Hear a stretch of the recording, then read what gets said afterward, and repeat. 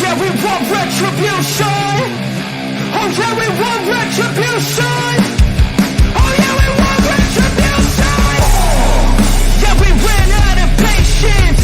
Boil up with the cold hard hatred. I can feel the vibration. Feet in the streets, it's a new sensation. I wanna break faces on the pavement. I wanna make greatness look complacent. Adrenaline awakened, I can taste it. We can make an impact, grab and then take it. Like a disease, bring them to their knees. No pain for fantasy. Just like a weed.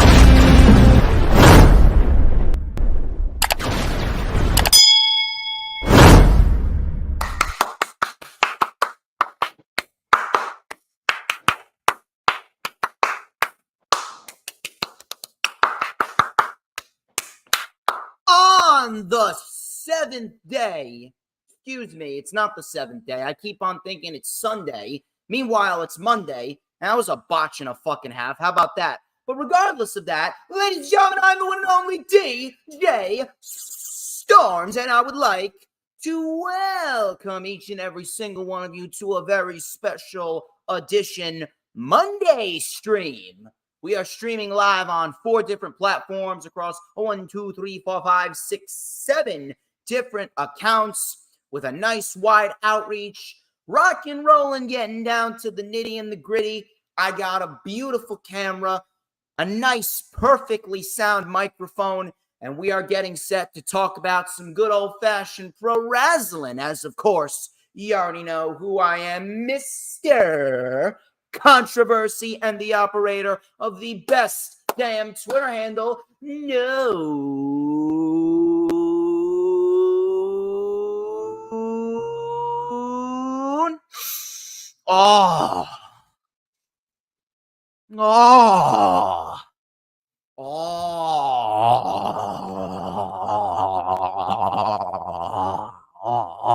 Shit. Do you smell that? I don't think I really need to ask you what that is. Bro, what's that smell right there? It's very reminiscent of pure fucking excellence. Oh my God, it is pure fucking excellence. Wait for it. Wait for it.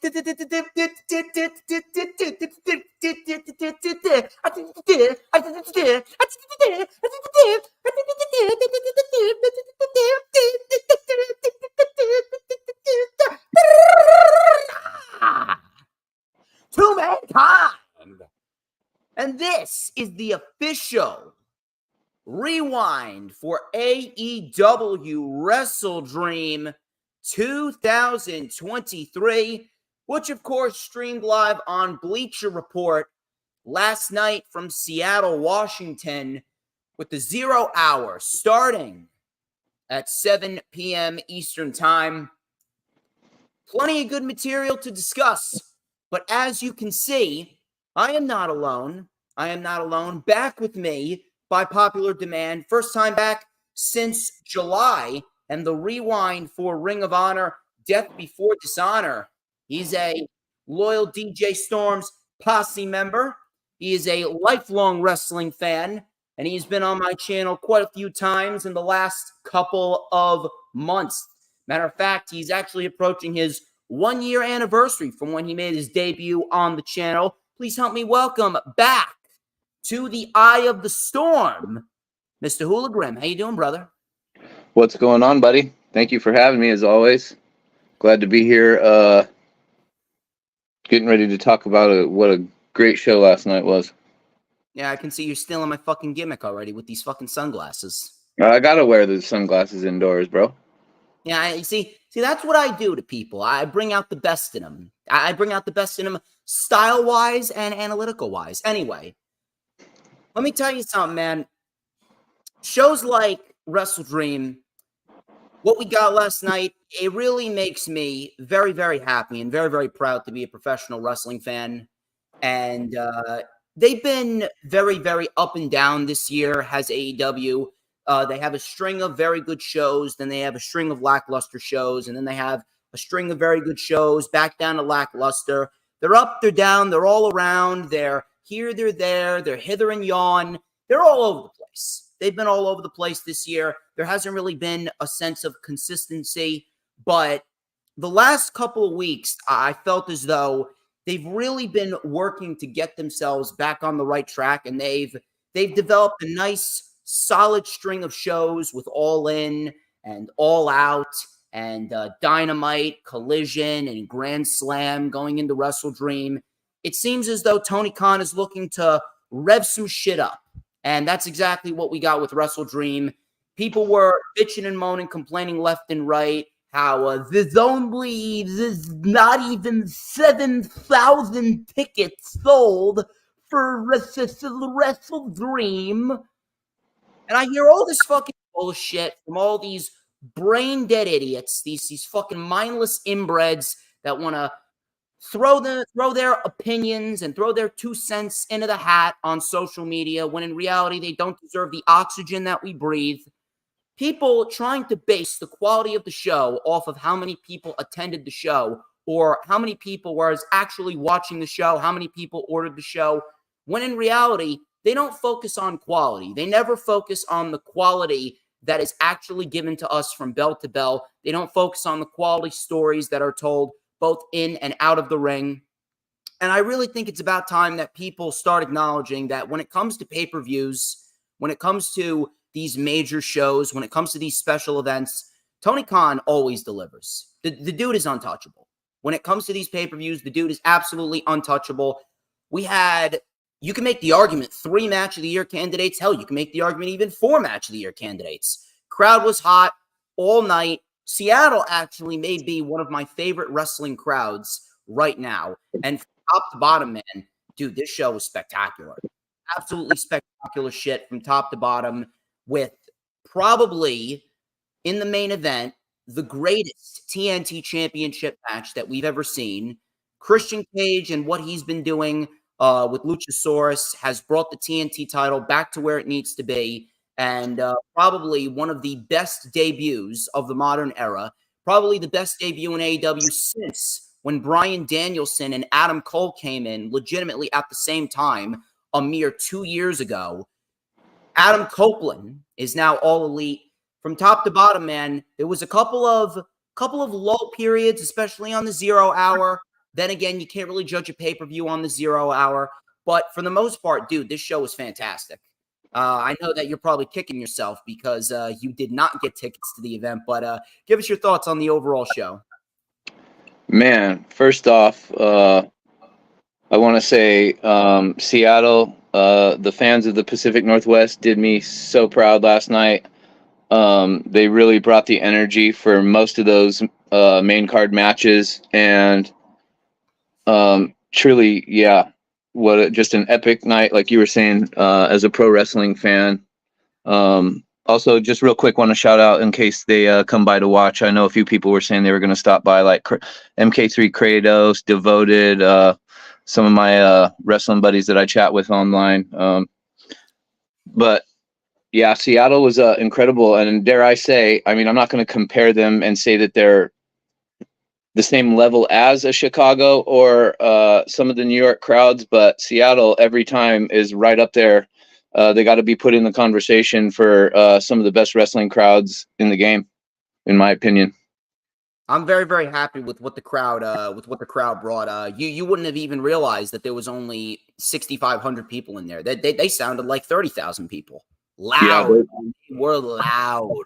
They brought the energy. Most definitely. I'm really kicking myself because I was complaining on Twitter about the ticket prices a couple weeks ago, and then one of your loyalists, a buddy of mine, Jeremy Lewis, who's in the chat from time to time, he texted me on Friday night, I think, saying that they had lowered ticket prices down to like $35. And at that point, I'm like, well, I mean, it's kind of too late now. Or it might have been Saturday, actually. Saturday's when he texted me and said that the prices had been lowered. But at any rate, I will say this: had I gone to the show, I would have missed some epic commentary given by Nigel McGuinness and John Moxley last night. I really feel like John Moxley's got a future when he's done wrestling in commentary if he wants it, and him and Nigel playing off each other was awesome last night. Nigel McGuinness may be the funniest commentator in the business right now. I loved his work back in NXT, especially in NXT UK. And when he just loses his shit, it's probably some of the funniest material that you will ever hear on commentary from any commentator, if we're going to be quite honest here. But we're going to get into the festivities here. We certainly got a lot to talk about. We're going to dissect everything in depth. But before we get into the matches, where can everyone find you on social media? Throw out some self-brand promotions. My social media, I've not been on social media a lot recently. You can always find me on Twitter at HooliGrim, spelled WHO_LA_Grim. And also on TikTok, which is where I find myself most of the time as of late, I think it's still it's Who_LA_Grim on TikTok as well. If not, just type in HooliGrim with 2 R's and you can find me.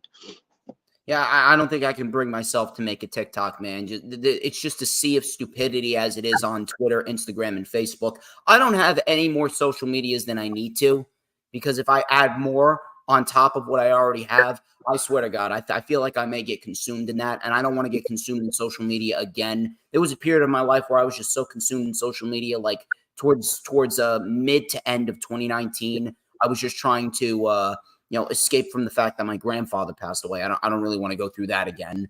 But I've managed myself pretty well ever since I got the full-time job with my accounting company that I'm a part of.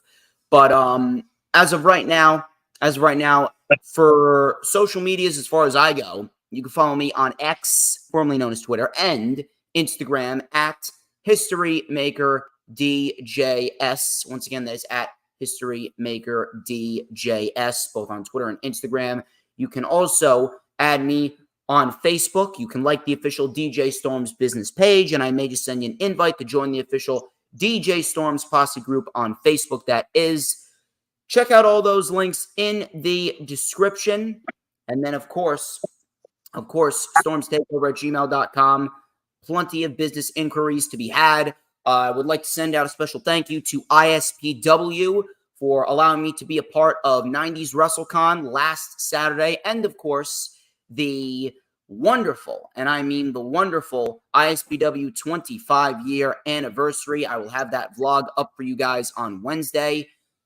If you guys missed the rewind for NXT No Mercy, which is actually a pretty solid show, you can go check that out right now. That is live on the channel as we speak. Set your notifications for Thursday, because I'll be going live on Thursday at 7:30 p.m. for the rundown for WWE Fastlane. And I hope that this momentum of really good wrestling shows that we have had continues into Fastlane, because Fastlane actually looks like a pretty solid card. And then on October 8th is the rewind for Fastlane. That is at 2 p.m. Then next Thursday, October 12th, me and Jay are coming back for World of Wrestling, episode number 2. And we got a couple of hot topics to talk about. We're going to go over WrestleDream for a little bit. We're going to go over Fastlane a little bit. We're going to talk about Adam Cole's injury. Is it a work or is it legit? We're also going to talk about Tiffany Stratton and the fact that she was buried by Becky Lynch, even though some people don't want to accept that. She was buried by Becky Lynch twice within the same month, might I add. And I'm going to have to educate Jay a little bit. Although I did meet him at 90s WrestleCon. He's a very nice guy, a very down-to-earth individual. I actually bought one of the trading cards from him, and it was a trading card of Shinsuke Nakamura from when he made his debut at NXT TakeOver Dallas. And there's a little piece of the ring canvas in the card. So I actually thought that was pretty damn nice. I got a good price out of that. So thank you very much, Jay, for taking the time to sell me a card and talk a little bit, take a picture. I look forward to meeting you and collaborating with you again. And hopefully we can get together for a nice steak dinner next month. I'm looking forward to some nice porterhouse steaks with a baked potato on the side. That's for sure. Of course. Jay Leto, the whole reffing show, baby. Damn right, man. Damn right. Please make sure that you go and like the stream if you're watching on X, Twitch, YouTube, or Facebook. Please make sure that you share it out on all platforms of social media, including Twitter, Instagram, Facebook, Pinterest, Tumblr, Snapchat, or TikTok, whatever social media platforms that you may be using, because that way we're going to get a nice wide outreach. I'm here. HooliGrim's here. We want to get a lot of people in this chat, and that way I can boost up the watch hours as well, because I'm trying to get monetized on YouTube as well. So please make sure you share out the stream on all platforms, social media. Please make sure that you hit the subscribe button when you come on in. If you're watching on YouTube, whether it be on my YouTube channel or the Hardcore Sports YouTube channel, it helps us out, it gives us more traction and more supporters. And of course, when you hit the subscribe button, you got to hit that notifications bell with a huge coup de grace, because that way you're going to know whenever I pop up on YouTube. Because whenever I pop up on YouTube, you know it's coming. Oh, baby, it is the best time to be on YouTube. Do you know why? Because it's the only time that you're going to get to see this oh so glorious sideburn chin strap combination and this beautiful mustache right here. Hang on, it's lodged away in my pocket somewhere. Where is it? Hold on. It's in here right there. There we go. This beautifully crafted magical ace black comb. And it's time to light it up right here on the Rewind on a Monday, because I make Mondays better. Everyone needs a bit of DJ Storms in their life. It is a known fact that whenever I come into your life becomes 1,000 times better. So we're going to light it up right here on the Rewind with a little and a dash of and a whole lot of because like a beautifully crafted Blimpie sub. Of course, I got myself a nice chicken cheddar bacon ranch. We'll throw a little lettuce and tomato and some white onion and a nice mayo spread, and the bread is toasted. I am just so good. I'm the tastiest snack in the IWC. Even HooliGrim's got to take his sunglasses down because he knows that everybody wants a piece of the Storm's Meister. I can't deny that, but I'm seriously. Did you say Blimpies? Yeah. You know it's almost 2024, right? Yeah. And Blimpies. I ain't even heard the name. I haven't heard the name Blimpies since probably before the turn of the century, my guy. You guys are, what are you, 20 years behind over there on the East Coast, or what's going on? Dude, there's a Blimpies legitimately 100 feet from me. You got to get on the Jersey Mike's train, my guy. I know. I've had them all. I've had Subway, Blimpies, and Jersey Mike's. I've been on a Jersey Mike's kick for about 2 years now, man. I can't get enough of that place. They're all very, very solid, but you already know the drill. And enough of the self-brand promotion, the advertisements. Why don't we get straight into the festivities here? Let's start with the 0 hour. Really nothing over the top on 0 hour. If anything, we were just talking about this before we went live. They should have just done the last 2 matches on the 0 hour, and they should have given them more time, because the last 2 matches were actually very entertaining to watch. So 0 hour started with Shane Taylor, Lee Moriarty, Mercedes Martinez, and Diamante. They took on Athena, Billy Starks, Keith Lee, and Satoshi Kojima. Now, there were 3 takeaways that I got from this. 3 takeaways. Number 1, the crowd was hyped. The crowd was actually pretty loud for some of these matches. Number 2, when we get the inevitable match between Shane Taylor and Keith Lee, they're going to tear the house down. And 3, Athena's great. Outside of that, this was a complete nothing match. Nothing more than a chance to get everyone on the show. Keith Lee and Shane Taylor mixed it up a little bit. Keith Lee actually looked very good here. We had some chops by Satoshi Kojima on Lee Moriarty. Nice DDT as well. Martinez then took out Athena. Starks with a roundhouse kick on Martinez. A big pop-up spine buster by Leon Taylor. That was probably the best spot of the match. Keith Lee, he got Shane Taylor up there. And he held him up there for a couple seconds before he dropped him. That right there was very, very impressive. Athena then delivered the O-face on Lee Moriarty. He sold the shit out of that. Lee Moriarty then caught a huge lariat by Kojima, and that was pretty much it. A nothing 6-minute, 8-person tag. nothing more than a chance to showcase their talents. And obviously, we're building towards something else, probably on AEW weekly television. We'll probably get Keith Lee and Shane Taylor. We'll probably get Athena versus Billy Starks. And that's pretty much all that came of it. There's really nothing more to dissect. If you want to add anything, be my guest. It was great to see Keith Lee. I've been a big fan of him for a minute. Good to see him, back to normal Keith Lee without the white hair and whatever that whole deal was. I was really glad to see him. Him and Shane Taylor potentially could be something pretty great. I really like how AEW is starting to amass a group of guys that weigh close to 300 pounds that can do athletic stuff off the top ropes. And Keith Lee is like the epitome of like the hybrid wrestler. He can do anything, and he always amazes me when I watch him.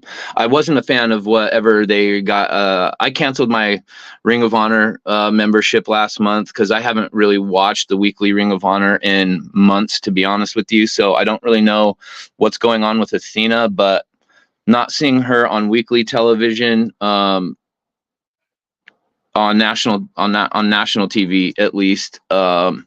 The last time I saw her, she was a pretty vicious individual, and last night she's skipping around and bouncing around like a cheerleader, and that really just kind of threw me for a loop. So I don't really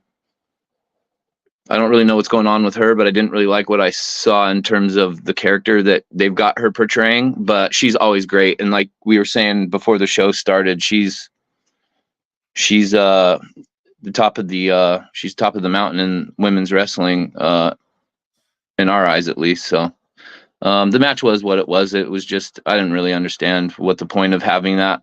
A lot of the 0 hour, like you said, was it just to get people on the show, because it didn't really make much sense. Matches I understood, because obviously with WrestleDream you had the Mighty Don't Kneel with the Acclaimed and Daddy Ass defending the World Trios titles, and obviously the Acclaimed and Daddy Ass are building themselves a nice solid reputation as the Trios champions. And then you had Nick Wayne and Luchasaurus, which made sense because they have beef, or at least they had beef until the main event of the show.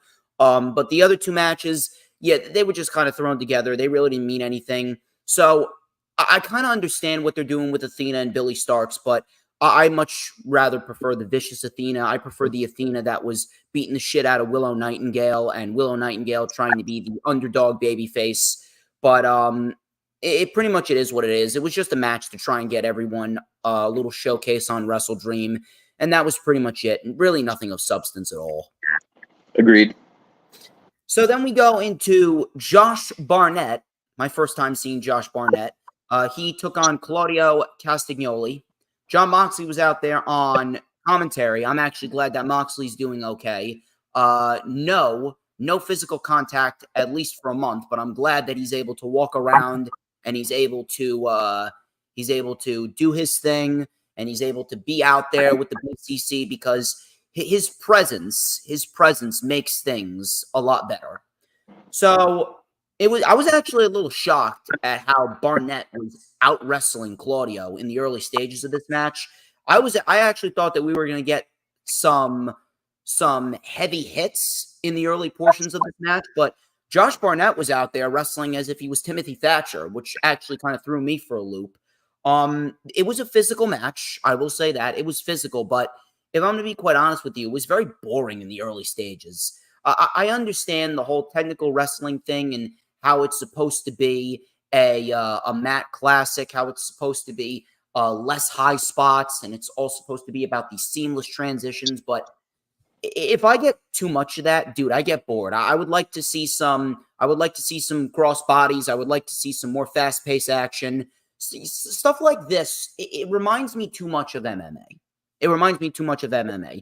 Now, you see, Sabre and Bryan was a little bit different because they actually picked up the pace as the match went on, and they actually got a little bit more physical. They actually got a lot more quick during the latter portions of the match, and it wasn't just a slow burn of submission hold transition after submission hold transition.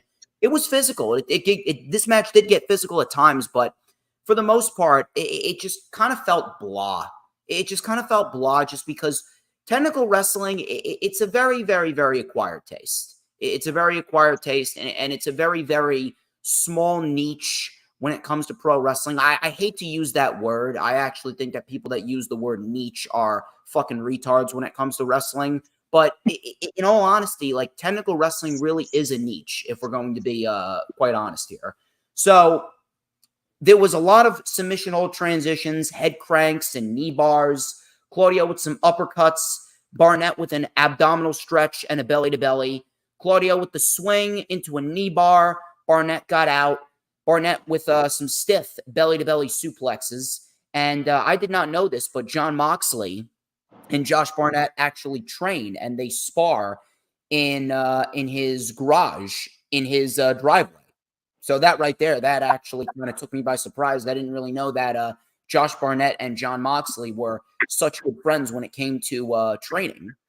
So Barnett then blocked the neutralizer. Claudio then with a crucifix pin, and he gets the victory. Physical match, but rather boring at times. Barnett then took the microphone. Barnett then praised Claudio by saying that they don't understand how good he actually is. And Inoki would have absolutely been a big fan of you. Tonight I gave you a challenge and you overcame. However, this ain't over. You owe me one more time. Keep training. You got a long way to go. Claudio then said, anytime, any place. And they embraced and showed each other a nice sign of respect. I actually preferred the post-match promo over the match, if I'm going to be quite honest with you. I thought that was a very nice, heartfelt moment for Josh Barnett and Claudio. And Claudio, I actually do agree with Josh Barnett. I don't think that anyone really understands how good Claudio actually is. And the fact that he was made world champion right in the beginning of his AEW run. He's a two-time Ring of Honor world champion right now. I think people should start putting some respect on Claudio and how good he has carried himself ever since he's gotten into AEW, and what he did as Ring of Honor world champion in his second run, that's to be respected, because he was putting on some damn good matches with the likes of Pac and Eddie Kingston, Rocky Romero as well, and he had a fantastic showing against Kingston at Grand Slam, and he dropped it to the absolute right guy. So Claudio, in my eyes, I still think that he's not getting the respect that he deserves from a fan appreciation standpoint, because the guy is absolutely fucking amazing. But physical match, but rather boring throughout the majority of it all, because technical wrestling, it's just a very, very, very small niche that the people that enjoy it, it's just, I don't know how to say it. It's great and it's impressive, but it's just not exciting. So I'm going to throw it over to you. I actually have a lot to say about this match. I don't know. You know that Josh Barnett he comes from the MMA world, right? I did not know that. Yeah, he was. I don't know if he was a UFC champion at one point, but he was a heavyweight champion in some faction or another. He's from Seattle, so he's a total Pacific Northwest legend. He was, I believe he did commentary for New Japan for many years, if I'm not mistaken. Did he? I didn't know that. He did commentary with Kevin Kelly? I mean, Kevin Kelly, he's doing commentary for Collision right now. Yeah, and I think that before, like, right as AEW was picking up and starting to become a televised product, I believe that Kevin Kelly and him were the announcers for New Japan, the American broadcast. I might be wrong on that, or maybe it was Impact. I don't remember.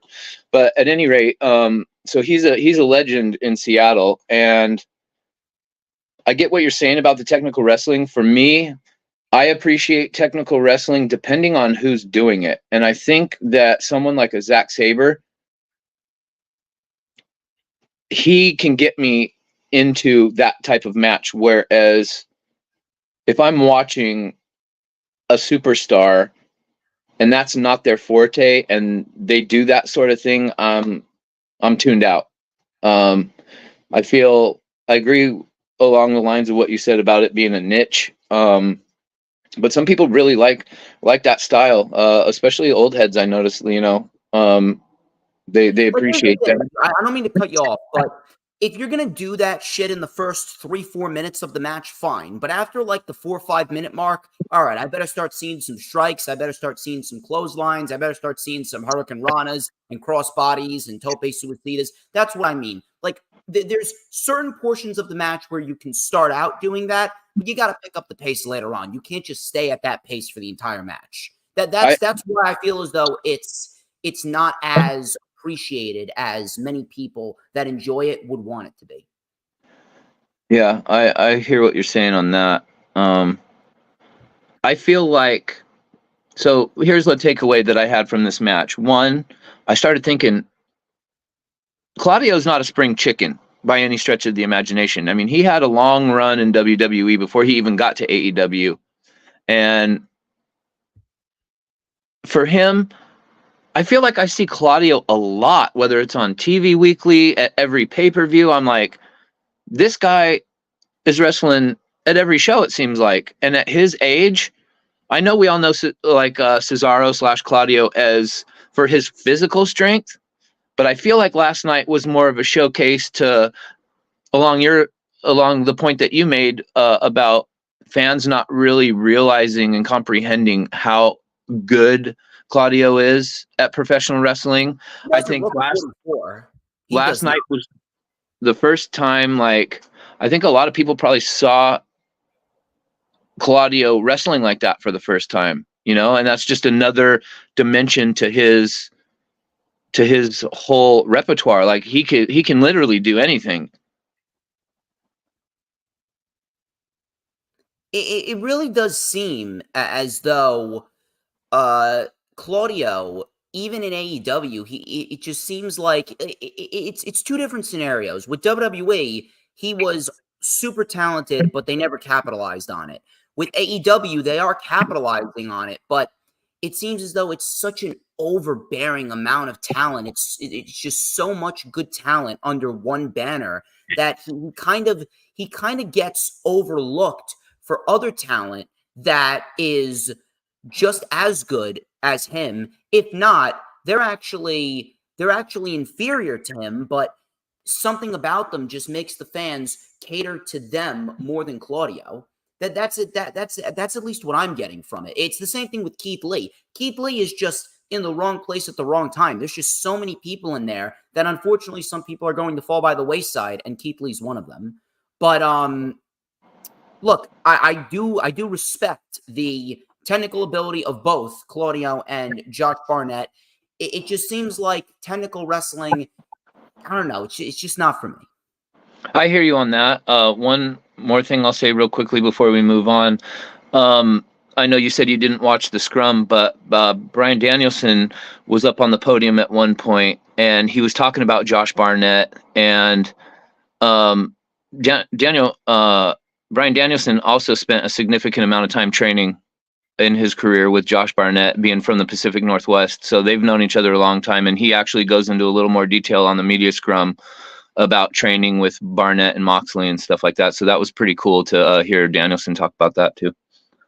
That's actually pretty badass, if I'm going to be quite honest with you. And there was a little voice in my head that was saying, you know, Bryan has to train with Josh Barnett because he's from Seattle, right? And then you just said it. Yeah.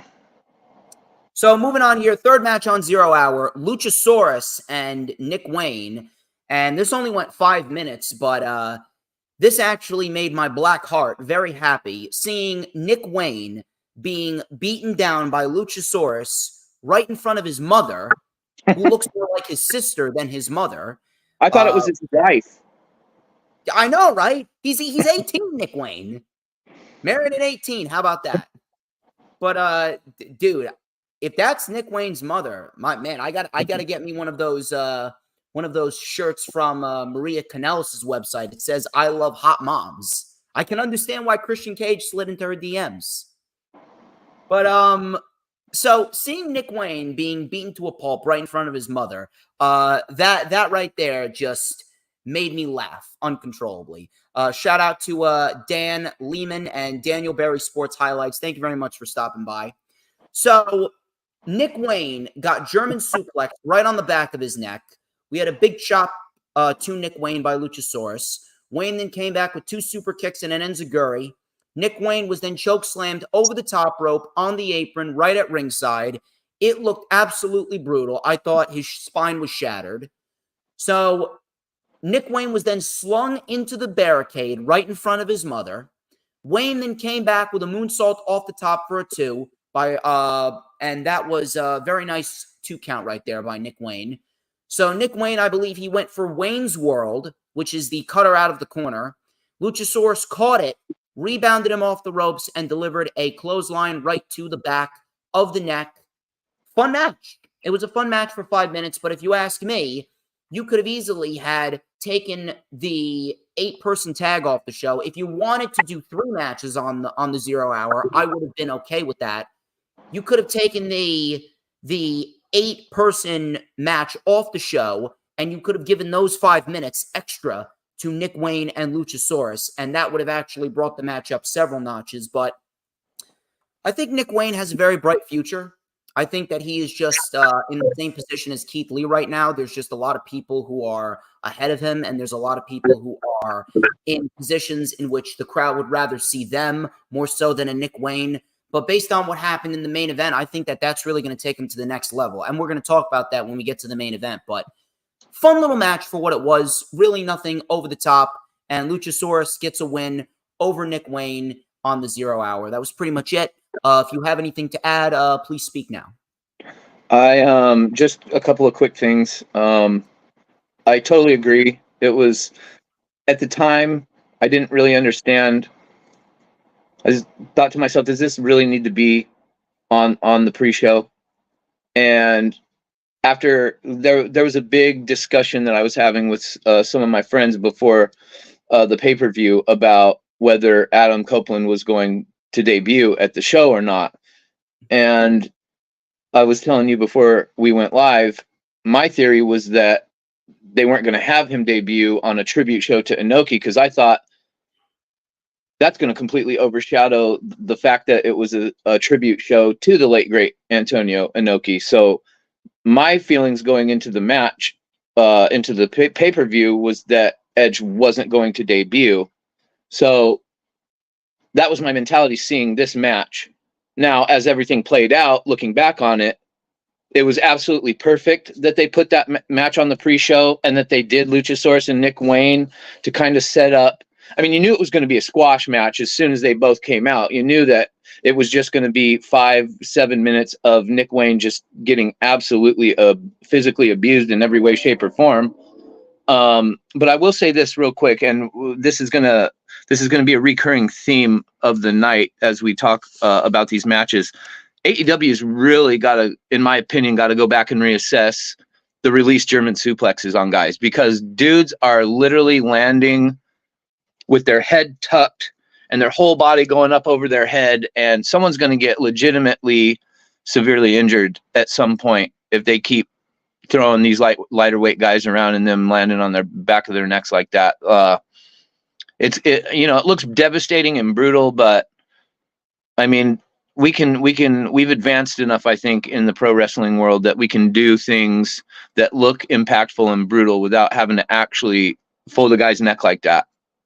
Here's the problem with that. I feel as though it's a combination of 2 things that's causing that problem. Number one, the guy taking the move does not know how to take it properly, and the guy delivering the move does not know how to properly land his opponent. Because if anything, his opponent should land high on the shoulders, high on the upper back and the shoulders, not the neck.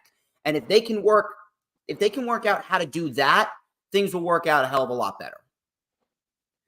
So from there, we go to the final match of 0 hour, which was actually a pretty decent trios match. It was the Mighty Don't Kneel, Shane Haste, a.k.a. Shane Thorne from NXT, Mikey Nichols, a.k.a. Nick Miller from NXT, and Bad Dude Tito, whom I've never heard before. They took on the Acclaimed and Billy Gunn for the AEW World Trios Championships, and the Mighty Don't Kneel, they've always been good. This was my first time seeing Bad Dude Tito. He's not bad, but TM61, Shane Haste, and Mikey Nichols, they've always been good. I was actually pretty disappointed that they did not get the proper showcase down in NXT, because man, they were such a great tag team. Dude, they were incredibly, and I mean incredibly underrated. So, Daddy Ass, he took it to Shane Haste early on. We had a super kick by Bowens on Tito. Mikey Nichols and Shane Haste then wore down Bowens. Tito then with a tope atomico. Double team action by TMDK. Early on, Bowens then fought back, made the tag to Daddy Ass. He lit up everyone. We had an enziguri by Tito and a German suplex for a 2. They actually took that German suplex very nicely, did Daddy Ass.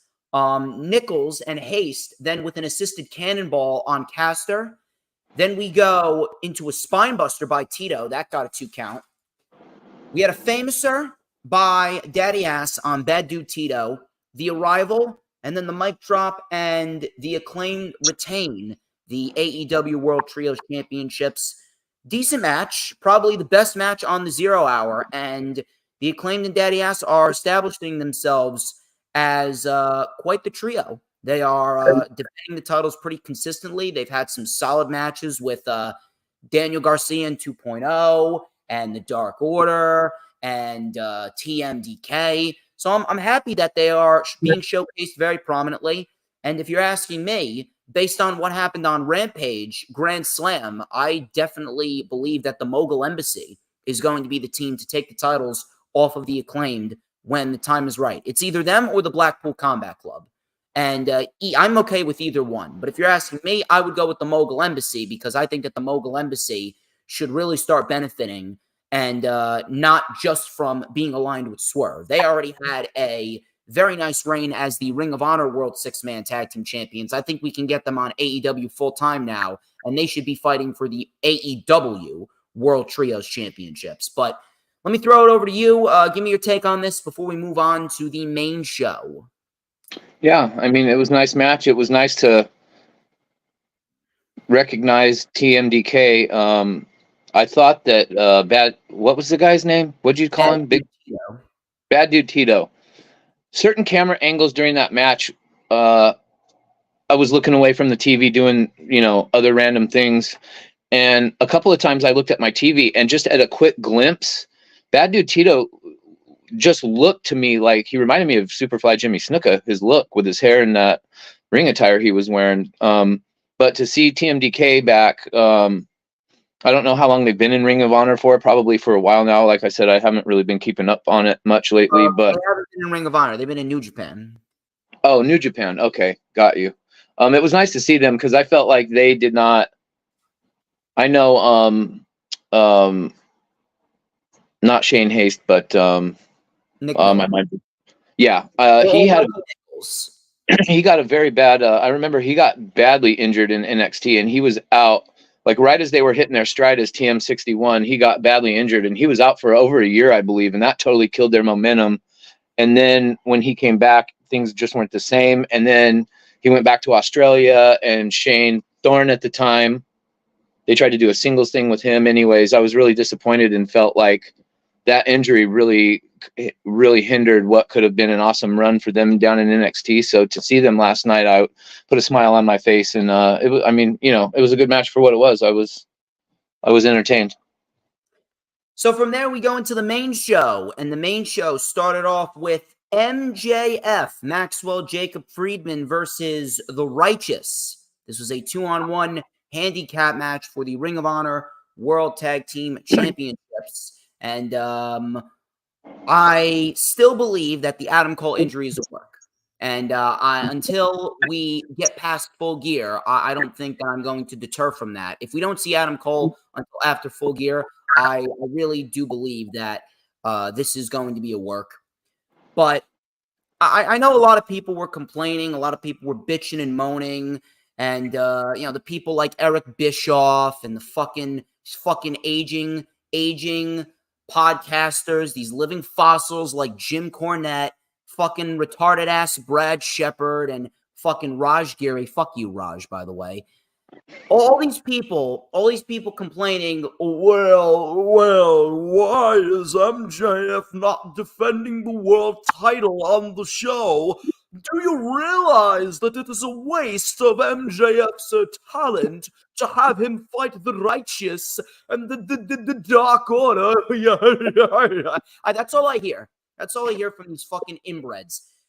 Did you ever stop and think to yourself that maybe that there is a plan and there is a strategic, and I mean strategic reason behind this? First of all, before I talk about that reason, where the fuck were all of you when Brock Lesnar was fighting Omos? Yeah, where were you? Where were you when Brock Lesnar was fighting Omos at WrestleMania this year?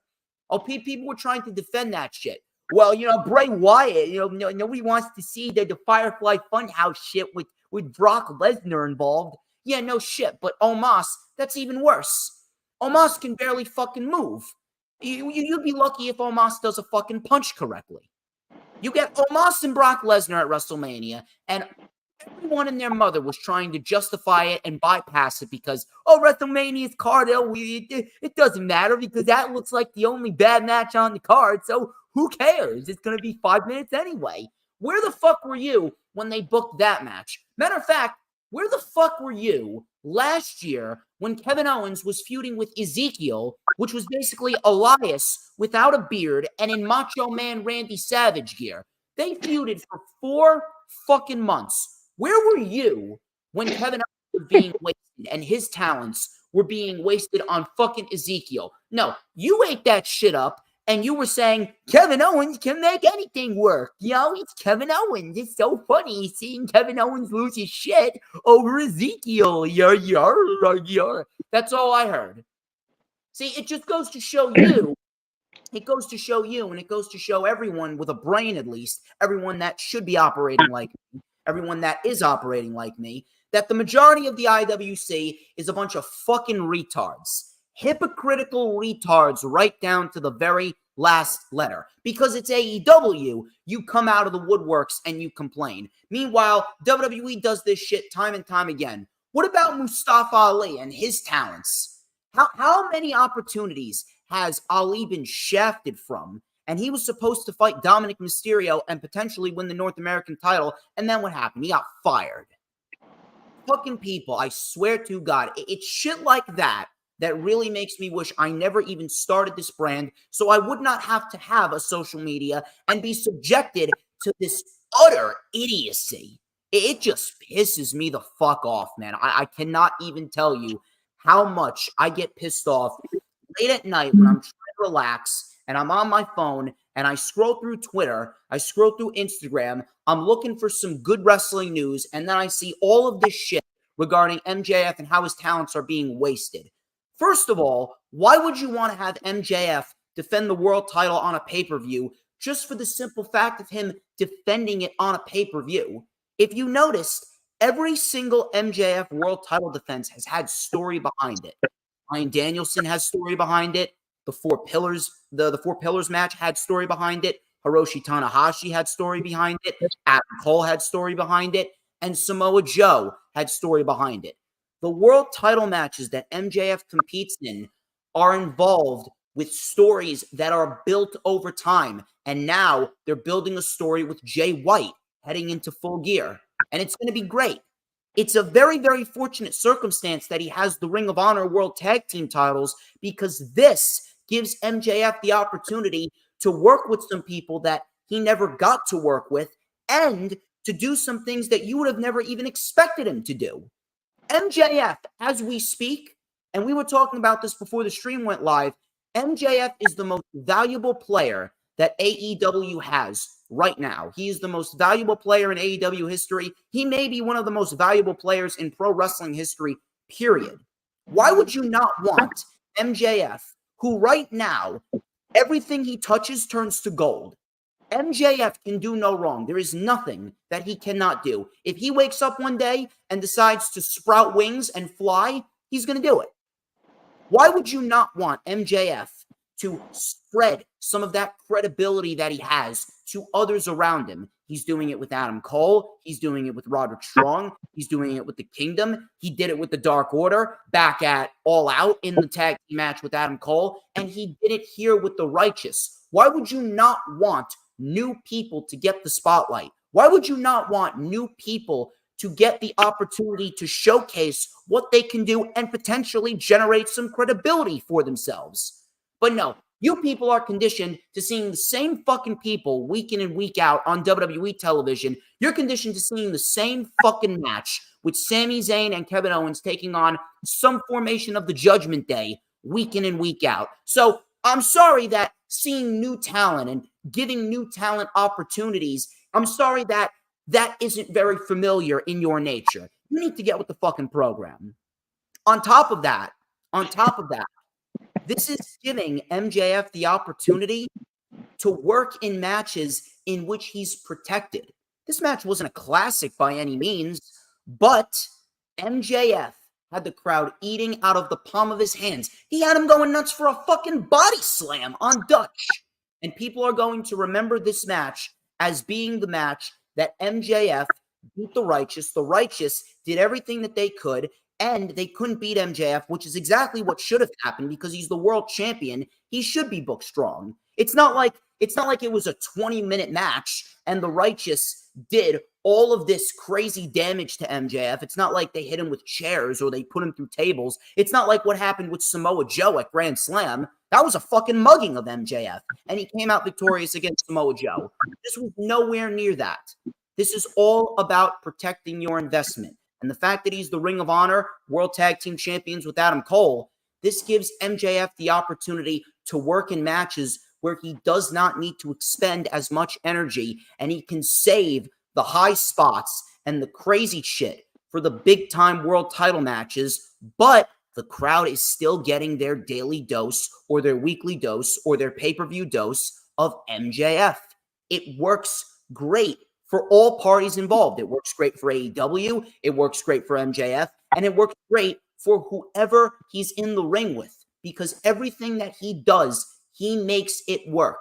That's how good he is. He came out, the crowd was already cheering for him, and he got the crowd to chant half of his catchphrase. All he said was, "My name is Maxwell Jacob Friedman," and the entire crowd did the rest of the phrase, "and I'm better than you and you know it." Why would anyone complain about this is beyond me. So before I get into the specifics here, would you like to add anything to what I just said? Because I'm telling you, that shit just me off. Oh man, I was cracking up laughing when you started this rant because Dude, I'm sorry. I needed to get that out. My I think as of late, the past month at least, my favorite Twitter beef going is your back and forth. You and Raj Giri, man, have had me. I hate that motherfucker. I swear to God, I cannot stand him. So here's the thing. When I was a kid, Raj Giri and the other guys you proceeded to bury at the beginning of this rant, like Jim Cornette and I don't know who else you said. Eric Bischoff, Vince Russo, Brad Shepard. And before I let you continue, dude, I'm just going to throw it out there right now. Guys like Brad Shepard and Raj Giri, had I been around since 2012 and 2013, and I had been doing this full time, those motherfuckers would be working for me right now. I would be number one in terms of subscribers and views. None of those guys could hold my jockstrap. I do. So I grew up in the time period of pro wrestling when they were probably already grown. Well, Russo, Cornette, and Raj Giri were already adult males. So when they put out tweets, like when Raj put out that tweet about MJF and it being a waste of his time basically to be on even on that show because he wasn't defending the belt. I understand why he said that. And I part of me understands where he's coming from with that. But you got to think a lot of these guys are like old WWF heads, right? So they see pro wrestling kind of with blinders on, right? And it's from the era that they were either a part or grew up watching wrestling. That's the way things were done. So when they're looking at MJF, when Raj is talking about, you know, it being a waste of his star power to be on the show, not defending the belt.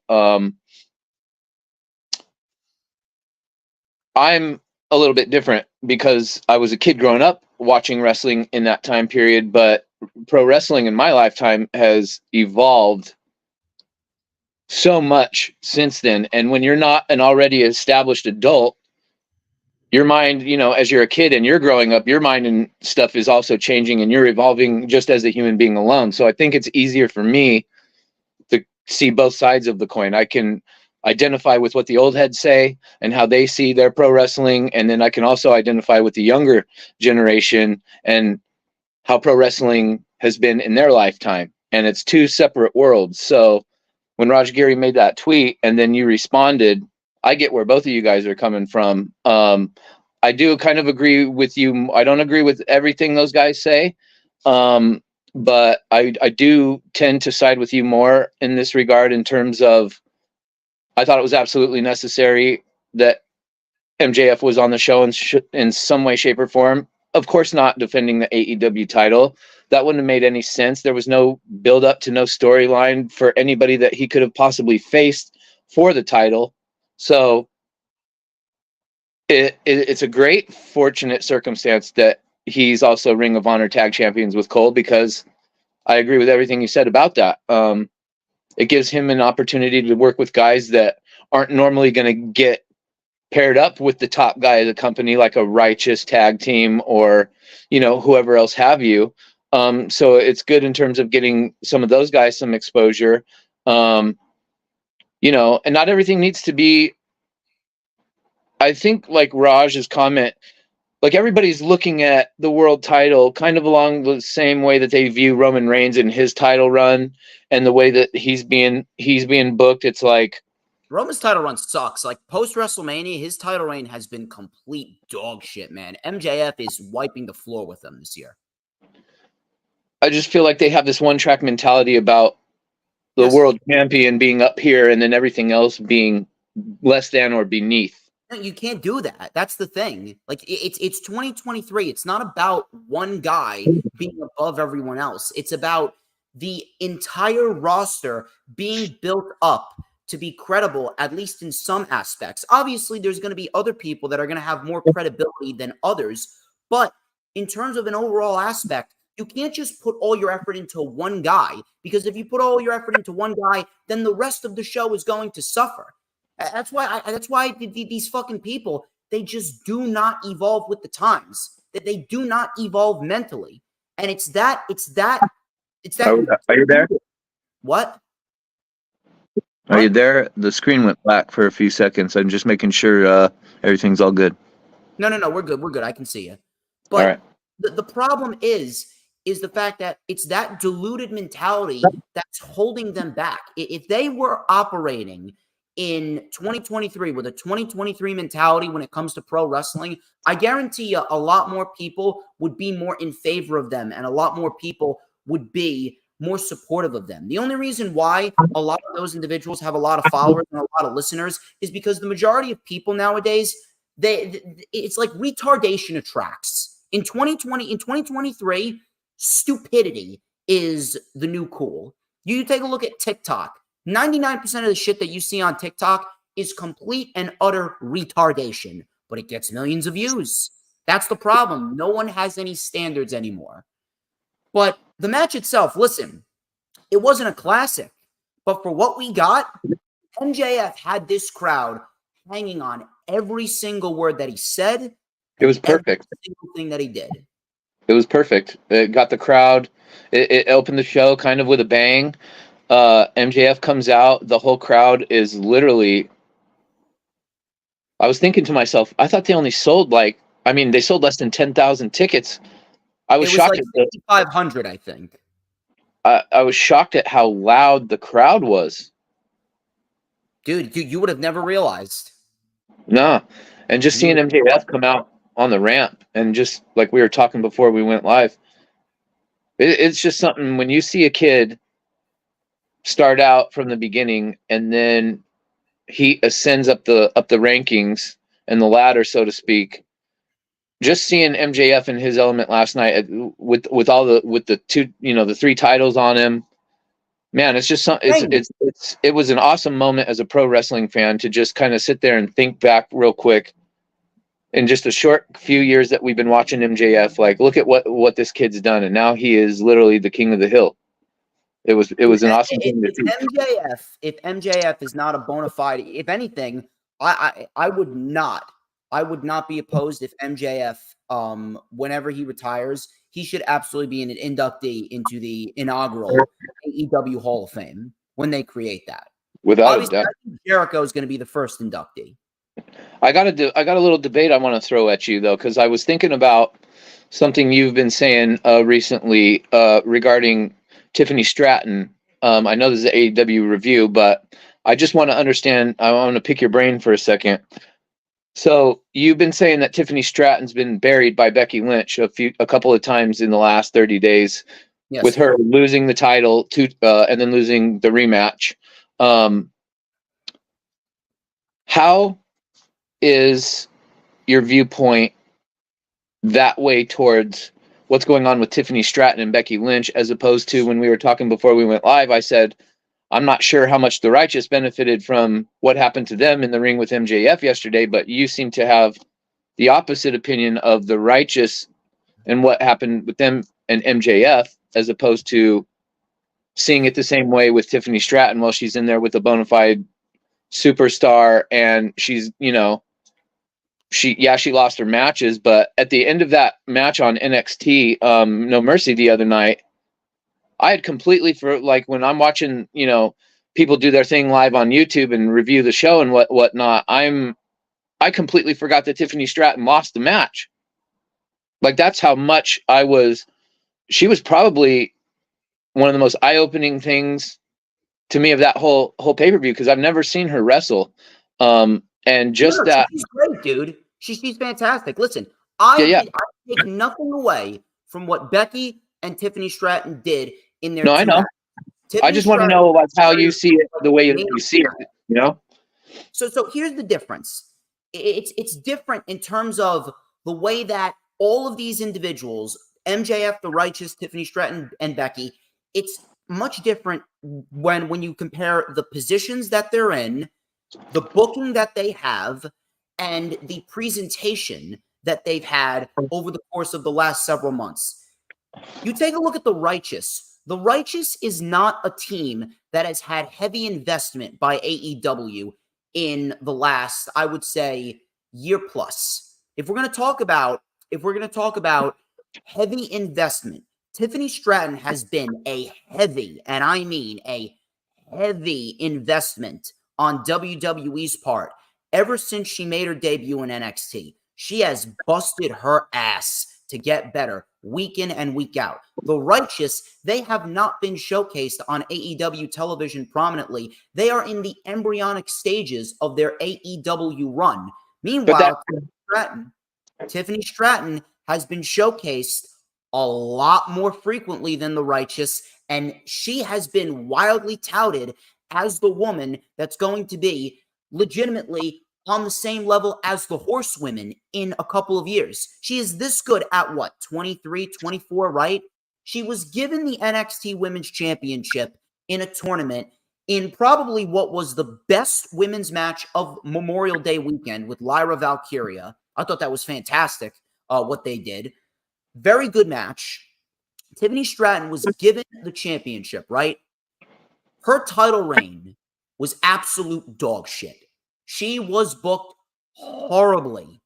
She was put in a feud with Thea Hale. Now, Thea Hale's very good. I'm not going to discredit Thea Hale, but she was put in a feud with Thea Hale, and none of their matches were memorable. Matter of fact, the submission match at the Great American Bash was a complete fucking mess. Then they throw together a program with Becky Lynch within a week and a half for no other reason other than the fact that they need to get ratings on NXT because they're trying to rejuvenate the media rights deals for NXT. They're trying to get another 3 to 5 years on NXT on the USA Network. So what do? They have Becky Lynch, who right now is easily the biggest female star in the wrestling industry, minus Charlotte Flair. She's had a career that people would kill for. And I mean, people would kill for. And you have her go into NXT, beat Tiffany Stratton, who went into the summer, had a terrible reign because of shit booking down in NXT. They didn't know what the fuck they were doing with her. And after a measly 100 days, a measly, uneventful, unimportant, unmemorable 106 days, I think, as champion, she drops the title to Becky Lynch in the same exact format, the same exact scenario that we saw at WrestleMania 36 with Rhea Ripley and Charlotte Flair. That should have been a victory for Rhea Ripley back at WrestleMania 36. Charlotte Flair beat Rhea Ripley. Rhea Ripley was never the same again. She lost herself, man. She completely lost herself. She went on a losing streak. Her promo ability regressed, and she was just a dead act. And then she lost to Charlotte Flair again. And the only reason why she rejuvenated her career was because Triple H took over for 5 months while Vince McMahon retired and then plotted to manipulate his way back into the company to facilitate the sale to Endeavor. Rhea Ripley is one of the luckiest motherfuckers in the company as we speak. With the Righteous, it's much different than Tiffany Stratton because the Righteous, they have been doing this for a long, long time. They have had a hell of a career in Ring of Honor. They've been showcased heavily on Ring of Honor's AEW programming as well. They had a big feud going into Ring of Honor Death Before Dishonor with the Dark Order, and now they're just starting to make their debut in AEW. They went in there with the Hardys. They beat the Hardys. They won a fatal four-way match to determine who's going to face the Ring of Honor World Tag Team Champions at WrestleDream. And they're in a scenario with the AEW World Champion, MJF, who right now should be booked as the strongest man in the company, a man who is currently developing a legacy for himself. He's not like Becky Lynch. Becky Lynch has had a career in which many women would kill for. She should be winning no championships. Tiffany Stratton barely got her feet wet as the NXT Women's Champion, and with how much investment that they had in Tiffany Stratton, to see her drop the NXT Women's Championship after a measly 100-day reign to Becky Lynch, it feels like all this investment was built up for nothing. All people are going to remember about Tiffany Stratton in her young age is, oh, that's the woman that Becky Lynch beat to become NXT Women's Champion. And she's going to have a long road of recovery ahead for her. The Righteous, they're not meant to become World Tag Team Champions. And if they are, it's not going to be for a while. It's not going to be for a while. If they are, it's probably going to be Ring of Honor World Tag Team Champions probably down the line in another couple of years. The Righteous were never meant to be a heavy investment by AEW. Tony Khan is just trying to give new teams opportunities, and he's trying to rebuild and rebolster the tag team division, because the tag team division throughout the end of 2022 going into the beginning and mid 2023, the tag team division was not very hot. The tag team division was kind of floundering. There wasn't really many tag teams to put forth into the tag team title picture. But now you start taking a look at what they got. They got the Hardys. They got the Righteous. They got FTR. They got Aussie Open. They got the Guns. They got the Young Bucks. They got the Lucha Brothers. They got many of other individuals that are probably going to make their way up. Look at the Ring of Honor tag team division. You got Better Than You Bay down there. You got the Infantry down there. You got Best Friends as well. Best Friends, they're very good at what they do. You got the Kingdom as well. The Kingdom made their way up to AEW television. They're trying to rebolster the tag team division, and the Righteous are a part of that. They're not young stars that are going to be, oh my God, we're going to have so much potential with these young stars known as the Righteous. No, the Righteous are established veterans that are being used to bolster the tag team division. Tiffany Stratton is just starting out her career. And if you put her in there with someone who shouldn't be winning any titles and someone who realistically should be putting people over, Tiffany Stratton, and how her NXT Women's title reign was booked, it felt like it was all for nothing. That's the difference. I feel like, so hearing your explanation, Two things. One, it makes sense, and I understand your viewpoint, but at the same time, to other people such as myself, it also comes off as a contradiction a little bit, because I had not seen the Righteous wrestle until last night. I don't know who they are. I don't know where they came from. So for that being my first time seeing them. And didn't you watch the Fight Without Honor at Death Before Dishonor, the show that we reviewed? No, remember, I had all kinds of technical difficulty, and I actually... I'm sorry? I thought you only missed the main event with Athena and Willow Nightingale. No, I missed most of that show. Go back and rewatch it. It was fantastic. So, for the Righteous, to me, after the match was over, my immediate takeaway was, well, I didn't have a problem with everything that happened in the match, because I understood the match for what it was. The only problem I had was the fact that MJF pinned Dutch. He should have pinned Vincent. That's the only problem that I had. I feel like if you're making a case that Tiffany Stratton was buried, Tiffany Stratton, for one, if anybody does their research on her and they find out that she was trained by Greg Gagne, then automatically you should know, if you know your wrestling history, she was coming in with a rocket pack strapped to her. Like, Greg Gagne's not just going to train anybody that comes knocking on his door saying that they want to train pro wrestling. You know what I mean?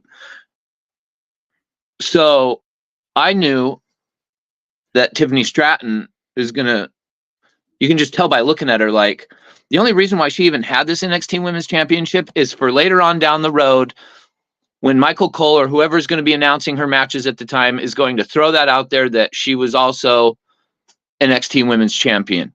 But if you're going to give her a title reign, you got to make it meaningful. She shouldn't have lost the title But until next year. I feel like her title wasn't meant for her having a title reign. It was for the fact so she could say she was NXT champion, because in their mind, she hasn't even been on TV for 2 years. She hasn't been on TV for 2 years. If you're not going to invest in a legitimate title reign, because that makes the title look bad. But when somebody comes in and they're green and then they ascend quicker than anyone in recent memory, to give the people running the show the idea of, oh, this girl is it, we got to get her up on national TV like ASAP, it makes sense why because I feel like after what's gone on with her, like she's done with NXT, in my opinion.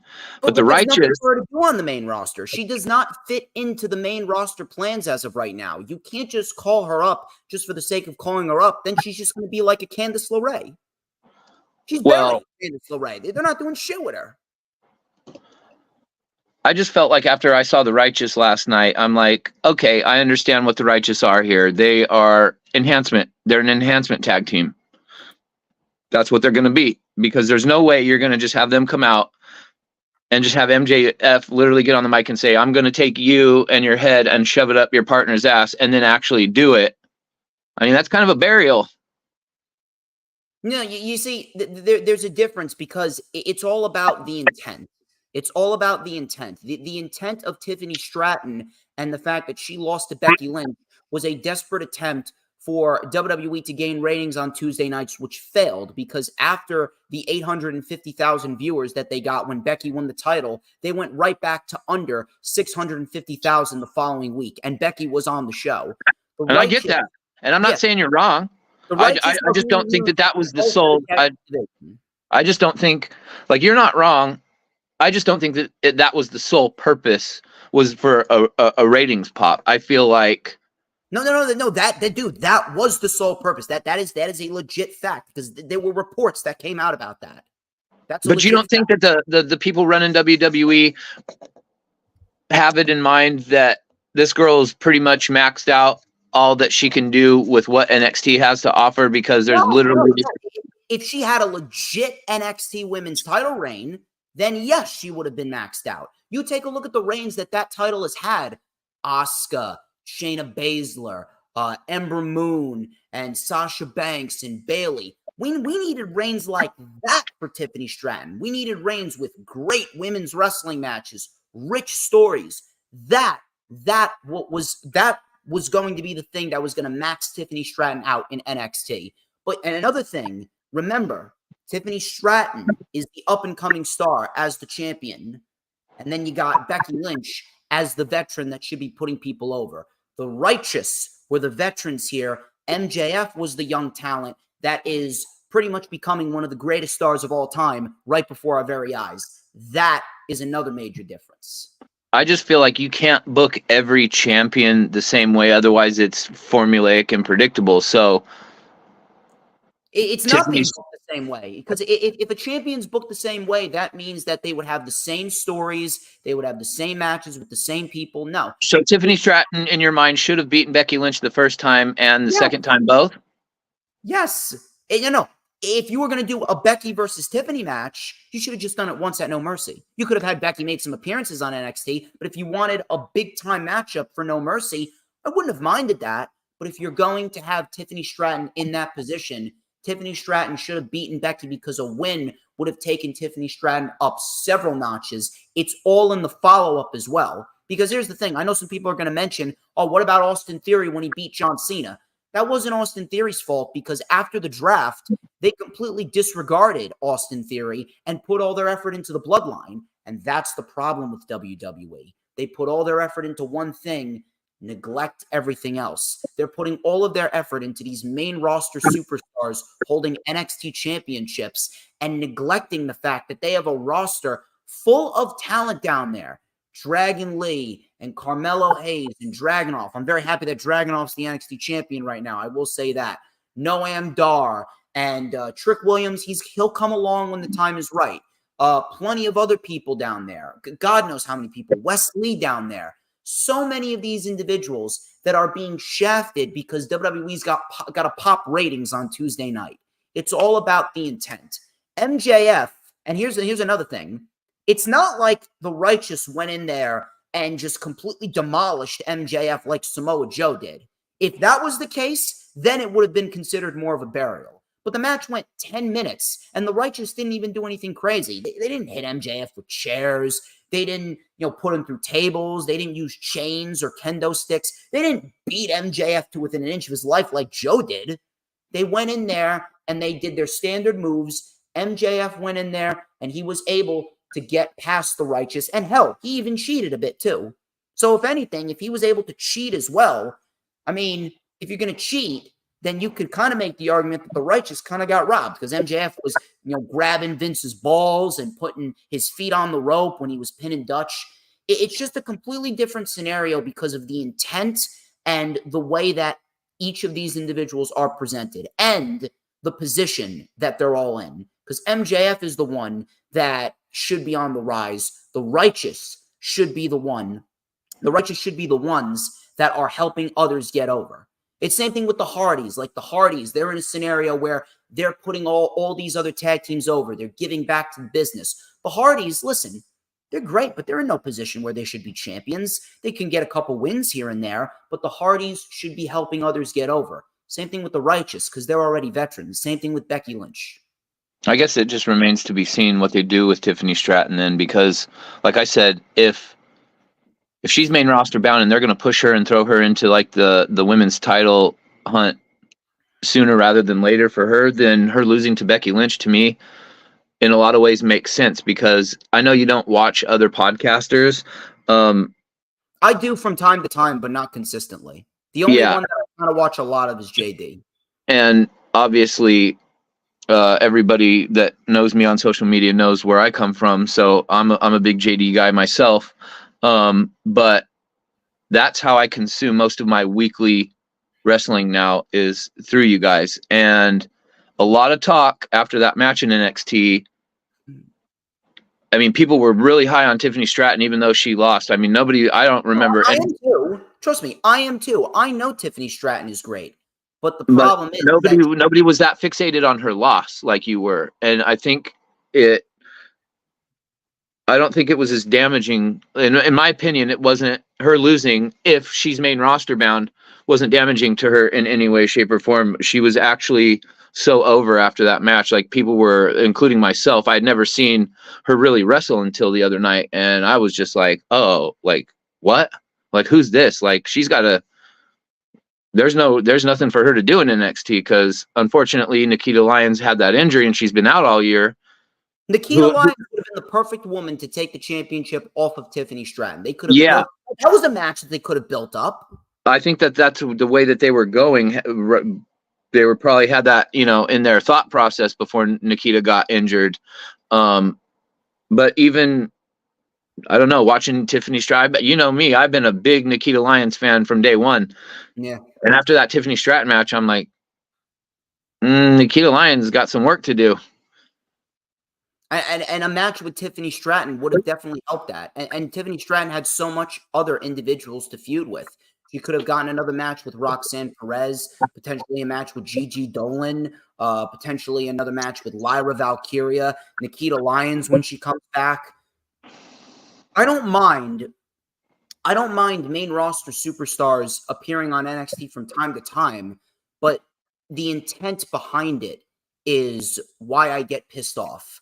Now, again, like you said, it remains to be seen what happens with Tiffany Stratton following this loss. But based on prior history, based on what happened with Rhea Ripley and Charlotte Flair, dude, I can't really say that I have any faith in them. I hear you. I hear you. I just wanted your thought process on it. That's all. Hopefully, I'll be able to educate a lot more people. But knowing them, they'll probably disregard me because of my age. I'm one of the smartest motherfuckers in here, people. Okay. DJ MJF the Righteous. So MJF came out with the microphone, and crowd was going nuts for him. He goes, "It appears the devil has arrived in Seattle." He goes, "I'm a little pissed off. Some bullshit going around that I attacked Jay White. I had nothing to do with that.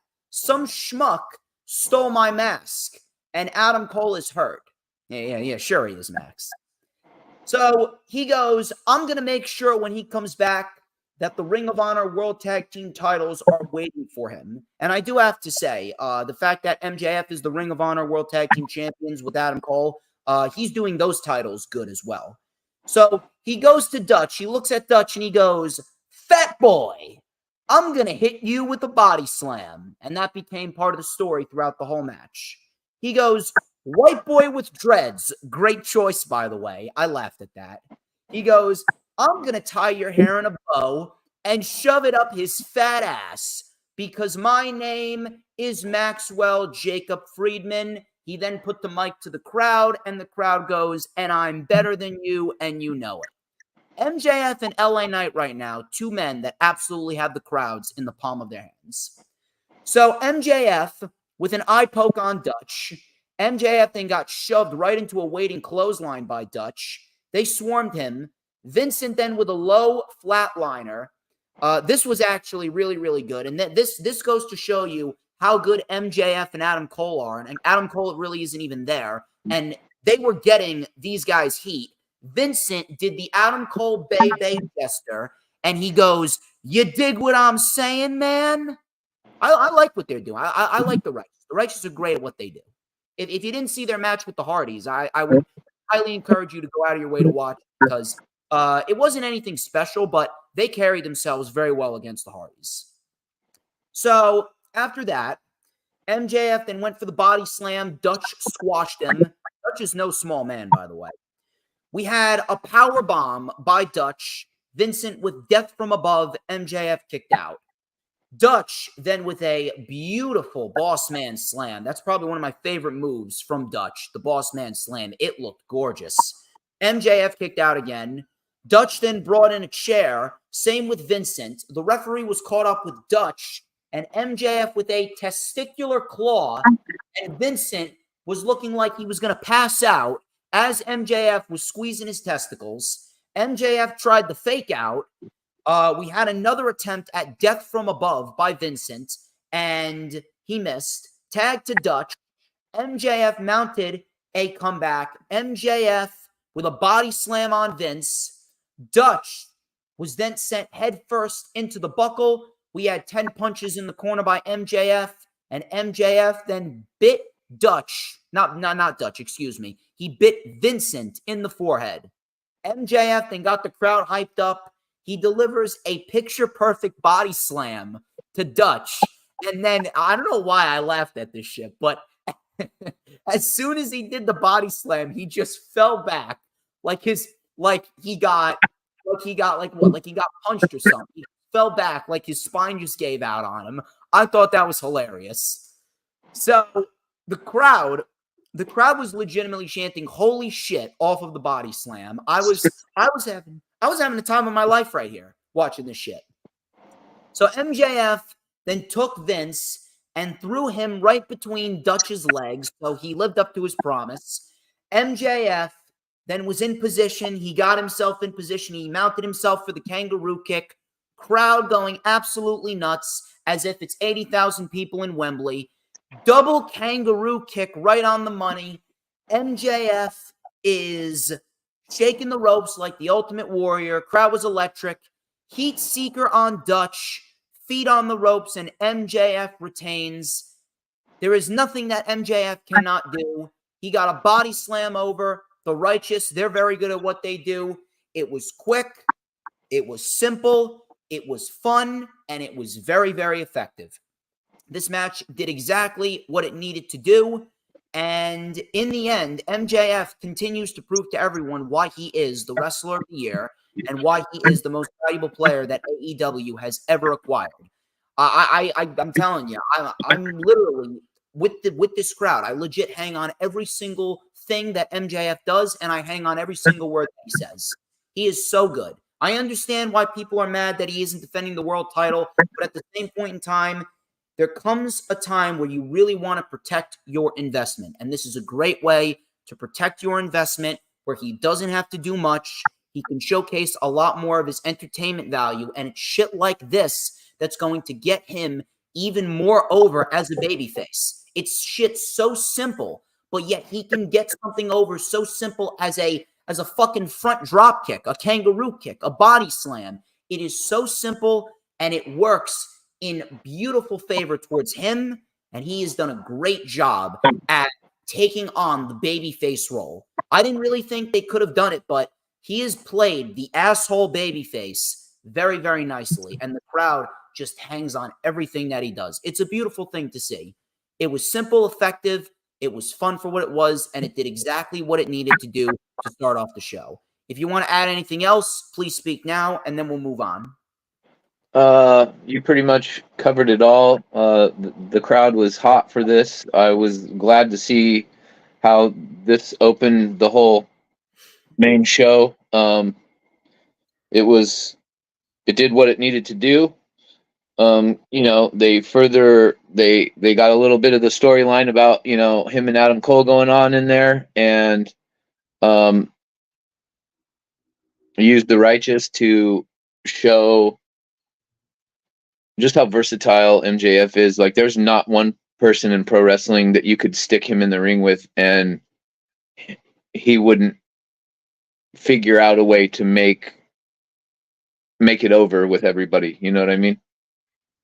It's a very, very fun thing to see, and I genuinely look forward to whenever MJF competes in a tag team match for the Ring of Honor World Tag Team titles, because after the last two matches, after the match with the Dark Order, which was a very fun, a very nice old school tag team match, and then this match, I genuinely look forward to seeing what MJF does next, because whomever he works with automatically becomes the top tier heel of the night. And then it's so weird, because when he was a heel, anyone that he worked with automatically became the biggest babyface of the night. Now, whoever he's working with becomes automatically the biggest heel of the night. It's unbelievable. It's like I'm living in an alternate fucking universe. My paranoid wrestling brain found a little bit of humor in the fact that, because online there's been a lot of recent chitter chatter about the fact that MJF hasn't re-signed with AEW yet. No, well, that's just what I've been seeing going around, and I just saw the irony last night in the fact that MJF was wrestling a guy named Vince, and he had his balls in his hand at one point, and then took Vince's head and shoved it up another guy's ass. I just thought that was kind of metaphorical, but that's just me. Oh God, I didn't really catch that, but I'm glad that you pointed that out. But so it was a fun little handicap match. It did what it needed to do, And again, I really don't understand why anyone would complain about this because it works well for all parties. We then go into Eddie Kingston and Katsuyori Shibata. This was for the New Japan Pro Wrestling Strong Openweight and the Ring of Honor World Tag Team Championships. And I put this out there. This was probably the best Shibata match since his match with Orange Cassidy for the International Championship last November on Rampage. This was very, very, very good, very physical. Shibata actually made me believe that he was going to win the championship. I'm not even lying. I legit thought Shibata was going to become a modern-day Triple Crown champion. It was very, very stressful towards the home stretch. So Shibata was chopping and kicking the shit out of Kingston. This was probably the most intense I've seen Shibata in a while. We had an ankle lock by Shibata. Eddie got to the ropes. Shibata clearly out-wrestling Kingston. Kingston with a Saito suplex, machine gun chops as well. Shibata with a hesitation drop kick right on the money. Kingston and Shibata traded blow after blow. We had an exploder suplex. Shibata got right up. STO, both men are down. Crowd was clapping. Kingston then with the Iron Octopus. He was locked in it deep. Locked in with the Iron Octopus was Eddie Kingston. Kingston just got to the ropes. I legit thought Kingston was going to pass out. I don't know about you, but I legit thought Kingston was going to lose right there. So after that, Kingston then with a spinning back fist and a second one. Shibata with a PK, both men down again. Both men got up, traded more chops, traded more forearms. We had another back fist. Shibata kicked out at one. We had a Northern Lights bomb. Shibata kicked out again. Kingston said, fuck this. The Orican, spinning back fist, and then a power bomb high on the shoulders. And Eddie Kingston retains both the Ring of Honor and the New Japan Strong Openweight Championship in a very physical, very fun match. Crowd was into it. And I'm very, very happy that Eddie Kingston is getting the push that he is getting because Eddie Kingston has busted his ass to get in this position. And they have a feud set up for him after the show. On Rampage, when he defended the Strong Openweight title against Rocky Romero, he was approached before the match by Jay Lethal. And Jay Lethal looks like he's eyeing the Ring of Honor World Championship. I'm not sure if we're going to get that match at Battle of the Belts. I'm not sure if we're going to get that match at Full Gear or if we're going to get it at Final Battle in 2 months in December. But listen, if you're going to give me Eddie Kingston versus Jay Lethal, I do not have an issue with that. I think that is a great, great match for Eddie Kingston and a very nice feud. Matter of fact, Jay Lethal should be a singles guy. I fucking hate the fact that he's in a trio with Satnam Singh and Jeff Jarrett. If anything, Jeff Jarrett and everyone else should just be his manager with Jay Lethal being the singles guy. So if you're going to give me Jay Lethal, Eddie Kingston for the Ring of Honor World Championship, I'm not going to complain one bit. But Shibata, he's doing some great shit. Very happy to see Shibata in a proper showcase here. And Shibata, I don't know who's going to take that pure championship from him, but Shibata right now, he's really developing a nice reputation for himself in Ring of Honor and on AEW TV. And Eddie Kingston, I couldn't be happier for Eddie Kingston. Floor is yours, brother. Of all the matches of the night, this one for me was, I don't want to take anything away from the match because it was a great match and I don't have anything very negative to say about the match. But it was just out of the group of matches, I was the least, I don't want to say invested. There was just no heat. There was no heat. I literally started to watch the show back this morning to remember certain, some things about last night because there was so much involved in last night's show. And when this match came on, I thought back to last night. I don't even remember watching this match last night. I'm like, oh, shit, Eddie Kingston was on last night. I totally forgot. So that's because we had about like 3 or 4 match of the year candidates. Oh, by the way, Raging Girl Gamers in the chat. Shout out to you. Thank you very much for the support. Shout out Rage. Love you, Rage. Hope you're doing good. Eddie Kingston's great. I love Eddie Kingston. The one thing that just stuck out in my mind about the match, I don't know why, and it's a negative, but they were calling Eddie Kingston does that spinning back fist so much in his matches. I felt like it's starting to become overused in his repertoire, and he's doing it. It's becoming like a 5 moves of doom type of scenario for me, where he's just constantly always doing these back fists. But my little gripe was the announcers were calling it a back fist, and at one point he did like 3 in a row, but his hand was open. Well, I don't think you can do it with a dude. If he did it with a closed fist, like holy shit, like that would have knocked Shibata out cold for real. So my point is, if you're going to do that and you're going to do it so many times, you got to get a little bit better at selling the move as a fist, whether you open your hand at the last second or the camera angle maybe shows it differently, so where you can't just blatantly see him hitting him with the open palm and they're calling it a spinning back fist. That just kind of was a little... Actually, no, they weren't calling it a spinning back fist. They were calling it the Orican. I just call it a spinning back fist because, dude, I don't know how to fucking spell Orican. I think a couple of times, though, Nigel or somebody said spinning back fist. I remember that.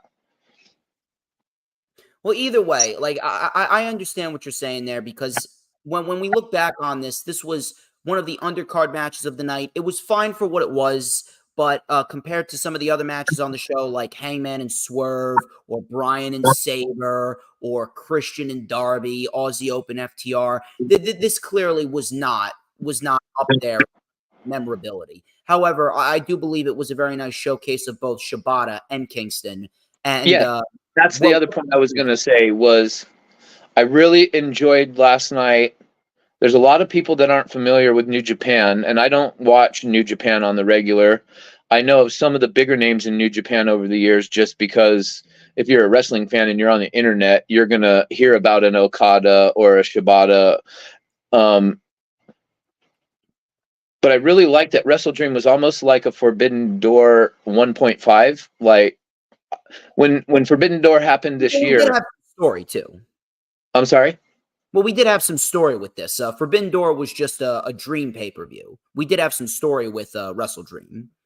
I just like that because I wondered when Tony Khan announced, his little partnership with New Japan, and they did the couple of Forbidden Doors that we've gotten the last year. I've been wondering, like, are they going to do a little bit more with New Japan, or is it just going to be a one-off once a year with the Forbidden Door thing? So I really like that they're incorporating some of these Japanese veterans and legends at this stage in their careers to those that know them. But for a lot of us, it's sad that just WWE and Vince McMahon had the stranglehold on pro wrestling in this country for so long and was not open to working with other companies and exposing pro wrestling to the masses to get everybody, more eyes and ears involved with pro wrestling, as opposed to Vince wants everybody's eyes on the WWE aspect of pro wrestling and fuck everybody else. So a lot of these guys in New Japan who are known worldwide, except for in the United States, I'm really glad to see that they're getting showcased in some of these events, so that, a lot of these younger kids that are discovering pro wrestling at an early age, get to see and experience some of these guys. Oh yeah, especially Shibata, because Shibata, he's doing some great shit. I'm really, really enjoying his reign as the Ring of Honor Pure Champion. Although I do still think Daniel Garcia should have won back in July at Death Before Dishonor. But I digress about that. It was a solid 11-minute match, very physical, and easily the best Shibata match that I've seen since the Orange Cassidy match at Rampage for that time, it was the All-Atlantic Championship. Now it's the International Championship. I was actually surprised that they got 11 minutes. I mean, I felt like the match had a good length to it. I was surprised it went as long as it did. I'm glad it did. I'm glad it did too, because it goes to show you it doesn't matter who you put in that ring. You give them time, and they're going to put on a solid match. And I do agree with what MJF said on the post-media scrum. This is probably one of the best rosters in professional wrestling in general that AEW has assembled in its entire history. Do you take a look at that roster? How can you deny him? If you're denying him, you're just trying to be an asshole, and you're just trying to be cool. And spoiler alert: if you're denying MJF there, you should not be talking about pro wrestling, because that roster that they've assembled, my God, like that's a roster that I could only dream of. No pun intended. From there, after that, That was probably my favorite match on the show up until that point. Although I did thoroughly enjoy the Righteous and MJF in that handicap match, but that wasn't about the wrestling. Right. Kingston and Shibata was more about the wrestling. From there, we go into the TBS Championship. This was Julia Hart and Chris Statlander, and this match went about 10 minutes. These women were put on early in the show, and I'm happy that they were, because these two women actually really showed up and showed out. And it really goes to show two things. It goes to show you that Julia Hart's improvement has been a beautiful thing to see. And number two, Chris Statlander is a fucking beast. Statlander is an absolute fucking beast in every sense of the word. He's really making a strong case. Even though she was out for the first half of the year, she's making a strong case why she can be considered in the conversation for Wrestler of the Year. She's AEW's women's workhorse. She's out there every week defending the championship, putting on great matches, running through the competition. She's looked very strong, and I'm very pleased with what we've been getting from Chris Statlander. Chris Moxley. What'd you say? I called her Chris Moxley. Chris Moxley. I mean, I don't know, because I don't think she bleeds every 2 minutes into a match, but we'll probably get into that when she starts wrestling in some more hardcore matches. I just mean in terms of like being the workhorse, you know. Well, if anything, if I was going to tell you who the workhorse was, I was looking at Cassidy this year, because Cassidy, my God, Cassidy's had that. He's had one of the best title reigns in company history. Cassidy outperformed Roman this year. I don't give a fuck what anyone says. Orange Cassidy outperformed Roman post-WrestleMania. Cassidy made Roman look like an amateur. Cassidy wrestled a lot of matches this year. 32 title defenses. That's crazy, man. So, Statlander took advantage early on. Julia Hart then with a Hurricane Rana. Very nicely done, by the way. It was like Julia Hart was hoisted up in an electric chair, right, by Statlander, and then in one fluid motion, Statlander turned her around, and Julia delivered a Hurricane Rana. That was very nicely done. So we had a nice vertical suplex by Statlander. Statlander then climbed the steps with Julia on her shoulders. Hart took over and sent Statlander right into the barricade. Statlander then with a power slam, running knee right in the corner, and a blue thunder bomb that got a 2 count. Brody then got in Statlander's face. Julia Hart went for the mist, but Statlander slapped her and the mist went to the side.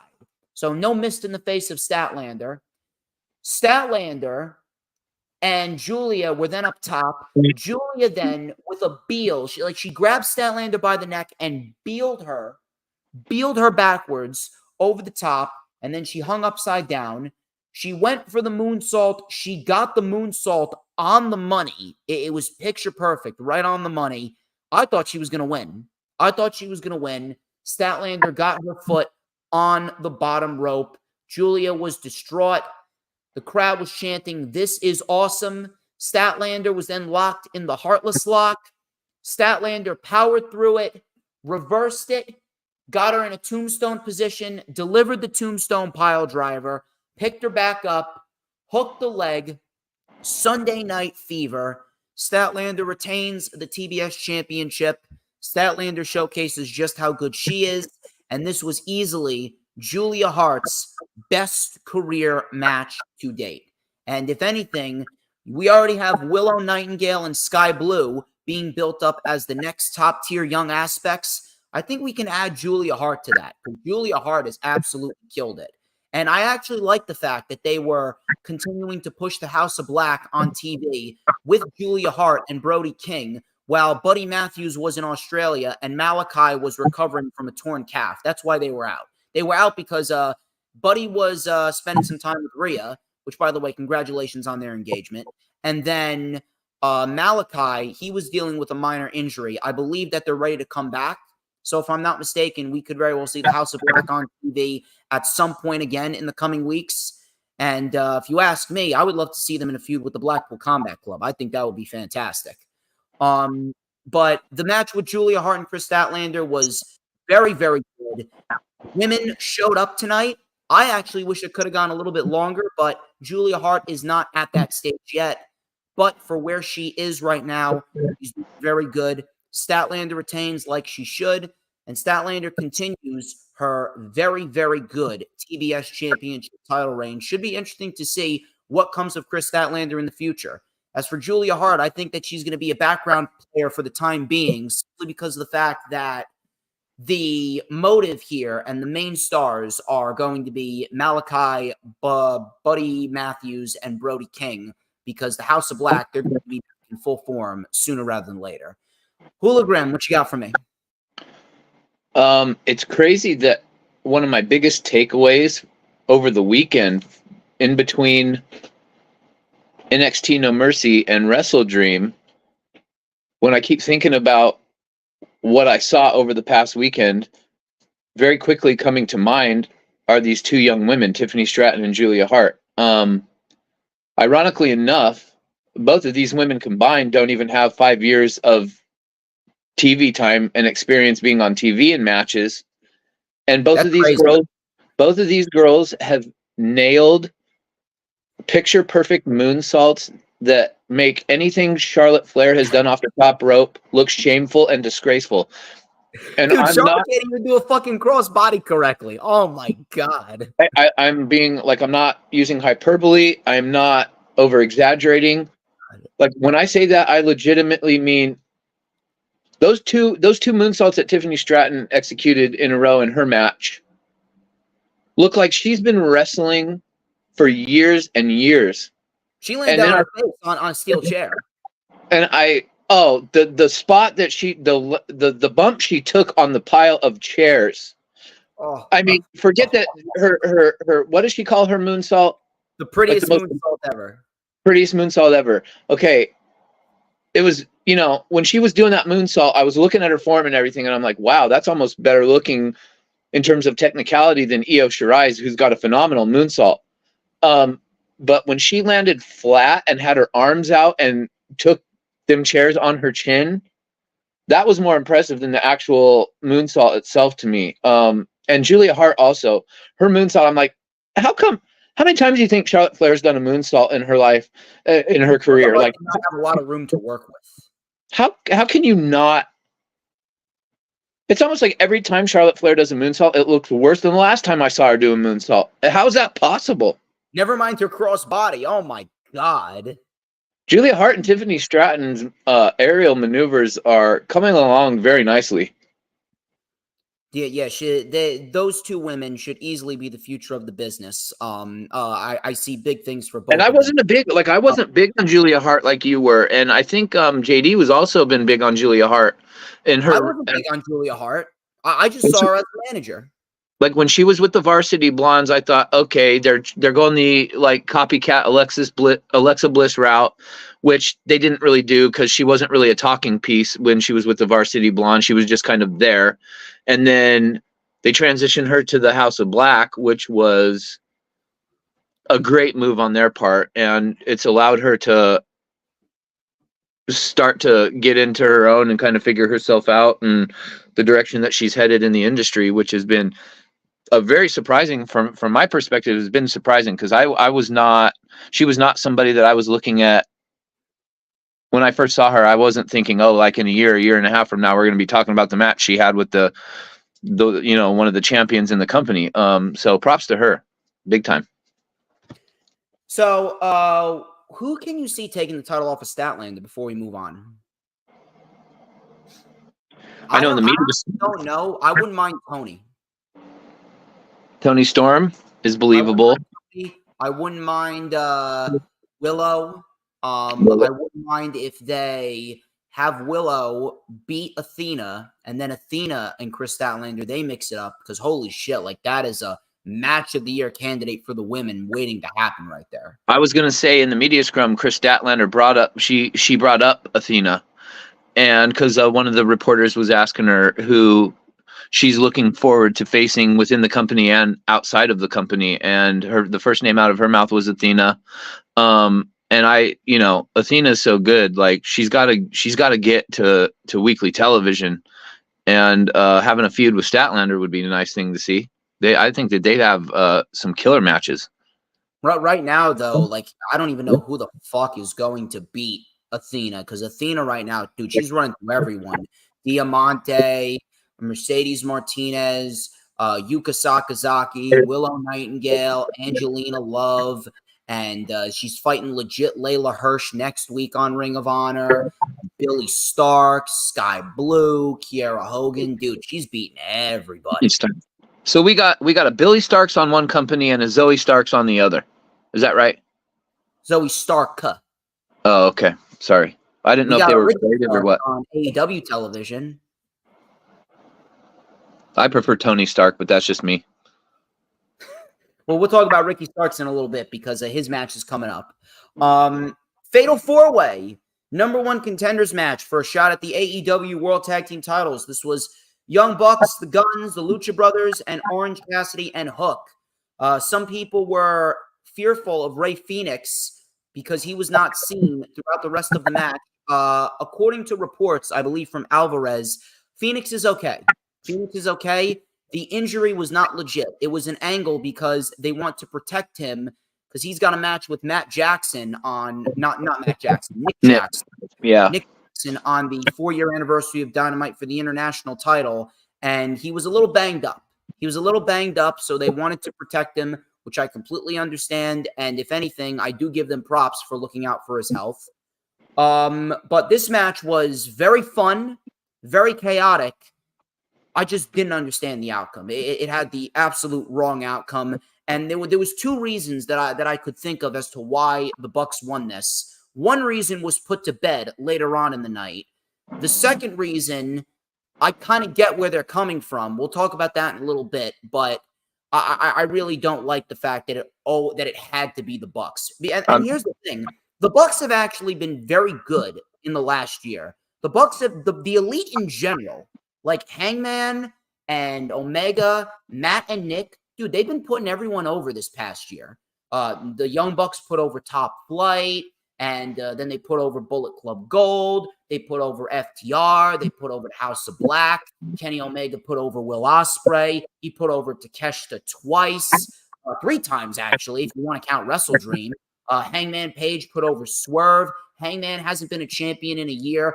The only real type of traction that the Elite ever even got this year was the fact that they were the Ring of Honor World 6-Man Tag Team Champions. They beat the Mogul Embassy. Which you kind of had to think that had to happen because who was going to beat the Mogul Embassy? And the Mogul Embassy are needed on AEW TV anyway. But I really don't understand why the Young Bucks won this. But the match itself was very fun, very chaotic.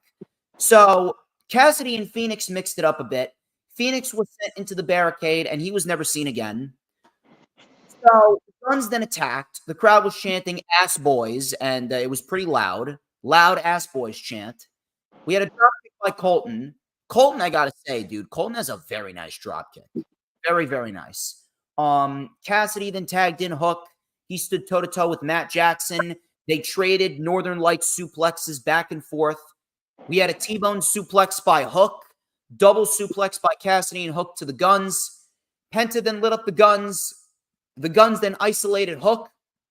We had Austin, he took out all of the illegal man. He took out all the illegal man on the outside. Hook then tagged in Penta. Penta then with a sling blade on Austin and Colton. A DDT on Colton. Backstabber on Austin. Super kick on Colton. Super kick on Austin. Made in Japan or made in Penta. Austin Gunn saved it. We had a DDT by Matt Jackson on Austin Gunn. Satellite DDT by Cassidy. Facebuster by Nick Jackson on Austin. Moonsault on Cassidy. Tope Con Hero by Penta onto Colton and the Bucks. Hook and Cassidy took over. Orange Punch. Red Rum. Nick Jackson made the blind tag onto Austin.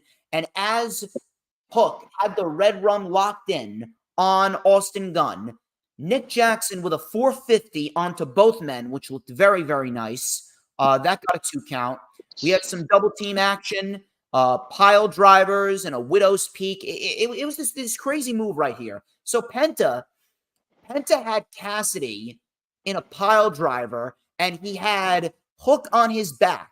Nick Jackson came off the top and drop kicked Penta, and Penta delivered a pile driver, a package pile driver, and a widow's peak at the same time, which looked crazy. Afterwards, the Bucks hit a BTE trigger, and the Bucks win it. Fun match. Very fun, very chaotic, and it was probably the second best match on the show, right behind Kingston and Shibata up until this point. I just really don't understand why the Bucks won.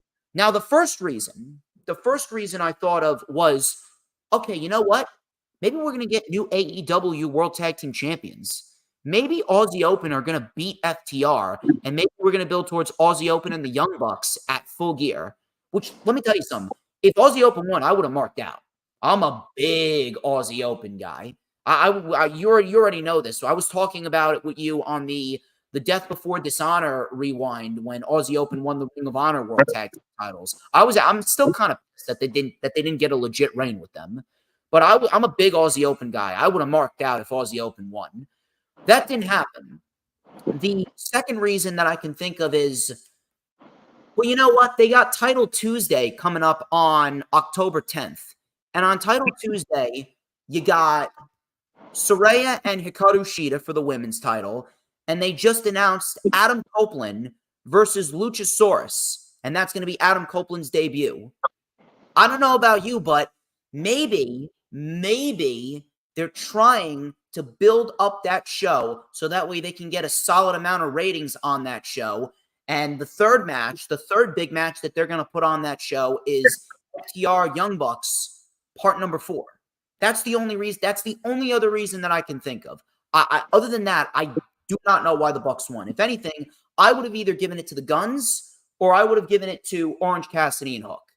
I really don't want to say that the Young Bucks are becoming the new day of the AEW World Tag Team division, because here's the thing.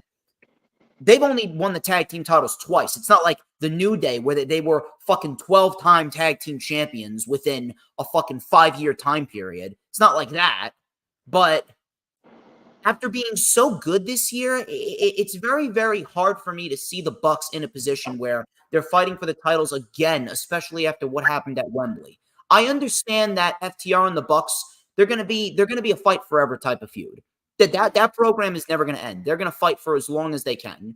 For as long as FTR is employed, for as long as FTR can go, for as long as the Bucks can go, they're going to ride that motherfucker till the wheels fall off. But I really don't understand why it had to happen so soon after Wembley. Very, very odd. And that was probably the second biggest negative on the show, minus the 0 hour. But I'm going to throw it over to you.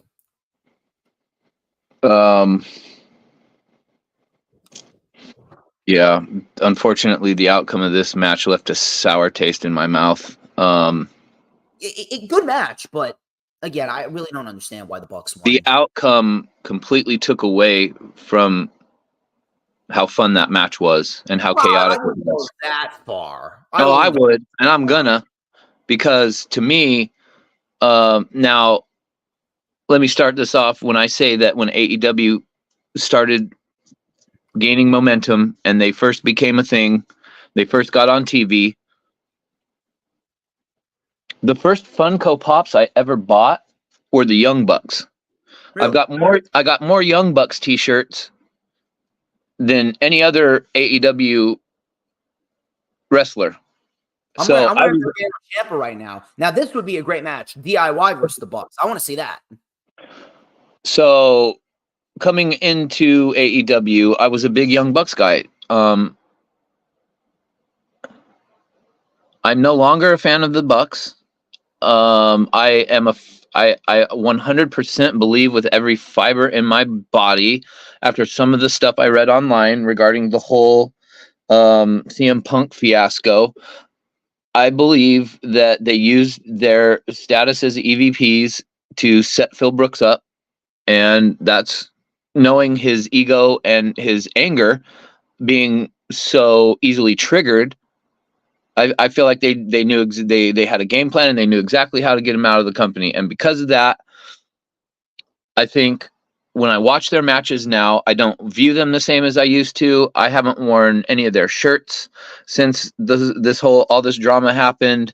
I I felt like if they took more accountability for some of the things that transpired with them making fun of CM Punk, botching moves in the ring, for Adam Page going off script in promos. Well, Adam Page, I will say this. Adam Page feels like he's the only one that's learned anything from this because he made a mistake. Because he's then kept his mouth shut. Yeah, he kept his mouth shut. He just showed up to work and did his job. If he received, I guess you could say Omega did the same thing because Omega's been fine. and here's the thing. Here's the difference between Omega and the Young Bucks, because I don't think Adam Page is an EVP. He might be, but I don't think he is. Well, here's another thing you have to remember before I let you finish. The Bucks and Omega, they're only EVPs and titles. The Bucks are in charge of merch, and Omega's in charge of the video game aspect. They don't necessarily have political power. Yes, they're friends with Tony Khan, but Tony Khan ultimately makes the final decision in the end. And I did read reports on this. Okay, well, if you actually believe that they don't have any political power, then you're sadly mistaken. I think Tony Khan does favor them a bit because he's friends with him, but I don't think that they have political power like that. Because if they did, I honestly do believe that they would have been tag team champions again, like at least 5 times already. I don't agree with that, but that's neither here nor there. The Young Bucks continue to put themselves over in situations that they have absolutely no business going over in. There's no need for us to be watching FTR versus the Bucks 4 unless, like you said, at Title Tuesday or whenever their match is supposed to be. No, you said Title Tuesday. It was Nick and Ray Phoenix. No. Dynamite 4-year anniversary. That's this Wednesday. That's right. Nick Phoenix. Title Tuesday. That's next Tuesday, October 10th. Okay, and it's on Tuesday, right? Yeah, because something's going on TBS. Oh, the Major League Baseball playoffs, I think, are starting, and that's why they moved it to Tuesday. But if Aussie Open's going to interfere and screw that match over to get themselves put in the mix for the titles, okay. But other than that, I can see the Guns interfering. I would have been okay with anybody else winning this match. Literally, I wouldn't have cared if Cassidy and Hook won. I wouldn't have cared if the Guns won. It didn't matter to me. The Bucks winning was absolutely ridiculous and unnecessary, and I just really don't want to talk about them anymore. Yeah, I really don't understand why they won this match, especially after they beat the Mogul Embassy, which that was fine. That was a completely different scenario than this tag team match right here, because the Mogul Embassy legit ran through everyone. So if they beat the Young Bucks, then they pretty much would have been looked at in the same realm as Roman Reigns. Like no one was going to beat him. Like no one, like who's beating Roman outside of Cody? But then again, even so, like Roman Reigns is in a position where he's virtually untouchable, and they're looking to have him break Hulk Hogan's record. Then you take a look at the Mogul Embassy. If they beat the Hung Bucks, that pretty much would have solidified them as, all right, no one's going to beat these motherfuckers. That was a different scenario. This scenario, again, I really don't understand why they won this match. Me either. It's very, very confusing, to be quite honest with you. And I really don't want to compare them to a New Day. I don't want to compare them to a Charlotte Flair. But you have so many other tag teams. I feel like this is just a desperation at a ratings attempt on Title Tuesday, which, again, I kind of understand. But at the same point in time, why did it have to happen so soon after Wembley? If you wanted to do another FTR Young Bucks match, I mean, why didn't you just wait until next year's Wembley? You could have built that up, and maybe you could have built you could have built a similar feud to Rock and Austin, how they fought at 3 WrestleManias in a row. You could have built up FTR and the Bucks. Oh, hey, these guys are competing at 3 all-ins in a row. Who's going to get the advantage here? It's going to be the all-in trilogy. Why couldn't you have just built that up? Besides, this feud between the Bucks and FTR, it doesn't need a championship. This feud could headline a pay-per-view without a championship 8 times out of the week, twice on Sundays. Very, very weird. It doesn't need to happen, period. We've already seen it 3 times. Well, to be fair, all those 3 times were very, very separated from each other. As long as we're not getting it every week like the fucking Judgment Day versus Kevin Owens and Sami Zayn, I'm all right with seeing it, but it didn't need to happen this soon. It really didn't. And it's very, very weird because Page and Omega, they've done everything right to try and help correct themselves from the fuck-ups that they made. Page especially. Omega, he made a fuck-up at All Out, and ever since then, he's just been trying to remain drama-free. I really don't know what the problem is with the Young Bucks. And the Young Bucks, if anything, the Young Bucks are kind of bringing themselves down to Punk's level because Punk looks like a hypocrite, but the Bucks, they're not doing themselves any favors whatsoever. But both parties are acting childish. And I was going to say, for your comments that you've made recently about CM Punk regarding his ego, I would in turn say the Young Bucks have every bit as big of an ego as CM Punk does, for real. It really is coming off like that. Honest to God, it really is coming off like that. Facts. But moving on here, we got ourselves, to me, I mean, this was my personal match of the night. I don't know about you, but dude, everything from the in-ring action, the story, the crowd, everything that went into this match, especially the build-up, because I thought that this match was probably the best built-up match going into WrestleDream. It was Hangman Adam Page and Swerve Strickland, and there was no championship on the line here. It was just two guys going in there, doing their normal shit, wrestling, and it was a story that was built up because Swerve was getting in Hangman's face, saying that over the last year, Hangman's gotten complacent. Like, ever since his feud with Moxley ended, Hangman got complacent, and he was okay with reuniting with his friends in the Elite against the Blackpool Combat Club, and he was okay with tag teaming with Omega and Ibushi, and Swerve said he wanted the spot that Hangman has. And it was a very, very simple, straightforward story. The promos between the two were very, very good. And if anything, it had even more heat because they were in Swerve's home area. They were in Seattle, which is like 20 minutes away from Tacoma, which made the match even better.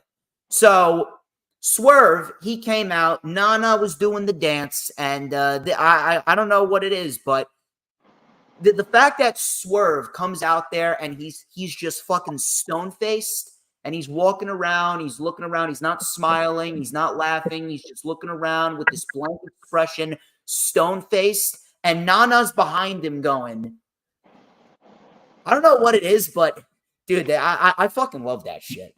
Shit is fantastic. So he took the mic and he goes, whose house? And the crowd goes, Swerve's house. Page was booed, which I expected because, look, with how good Swerve has been and making his return in his home area, of course Hangman was going to be booed. So crowd was chanting, Hangman sucks, and Page actually exhibited some heel tendencies in this match. And if there was one takeaway from this match, besides the fact that it was a fantastic match, is the fact that I think Hangman could be one hell of a heel if they want to turn him heel and they want to experiment with him as a heel. Because as of right now, they've just been portraying him as a no-nonsense, badass babyface. But if they want to turn him heel, he's got the makings of a very, very, very, very sadistic heel. I don't know what it is. He just has that vibe. I believe my dad and I, we were talking about this. He's not that old either. He's like 31. He's got plenty of years left in him. My dad and I were talking about this, and my dad said he's got like the makings of someone who could be their Randy Orton. Like he's a good baby face when he wants to be, but my dad sees him as a sadistic heel in the making. Like, if they want to experiment with that, my dad was telling me how I see this guy being a Randy Orton style heel if they want to turn him heel, and in turn that can make him a bigger babyface when they do turn him babyface again. I don't know what it is, but he's kind of, when he's angry, he's kind of got that douchebag look. So if anything, I would not mind if they do experiment with Hangman as a heel, probably in the coming years. But Swerve was in firm control. Page hit a fallaway slam, springboard lariat, fans booed. Page with a pop-up powerbomb on the apron. He kept the grip and powerbomb Swerve on the barricade, which looked brutal. Beautiful Orihara moonsault, and then a pop-up Liger bomb in the ring. Another tope suicida by Hangman. Page then bounced Swerve's head off of the steps. Page hit a rolling elbow. Swerve with an enziguri. Page with a German suplex, rolling flatliner, and a beautiful brainbuster by Swerve. Excellent sequence right there by both men. Backbreaker by Swerve. Both men up on top. Swerve with the Swerve stomp in the Tree of Woe position. House call connects, and Hangman's head ricocheted like a fucking bobblehead. It looked nasty. Page kicked out. So both men were now on the apron. Page was then sent neck first into the turnbuckle rod.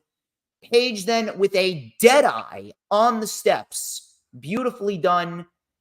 Page then had Swerve back in the ring. They were trading slaps. And then Page hit Swerve's hand. Swerve's hand was actually the story of this match.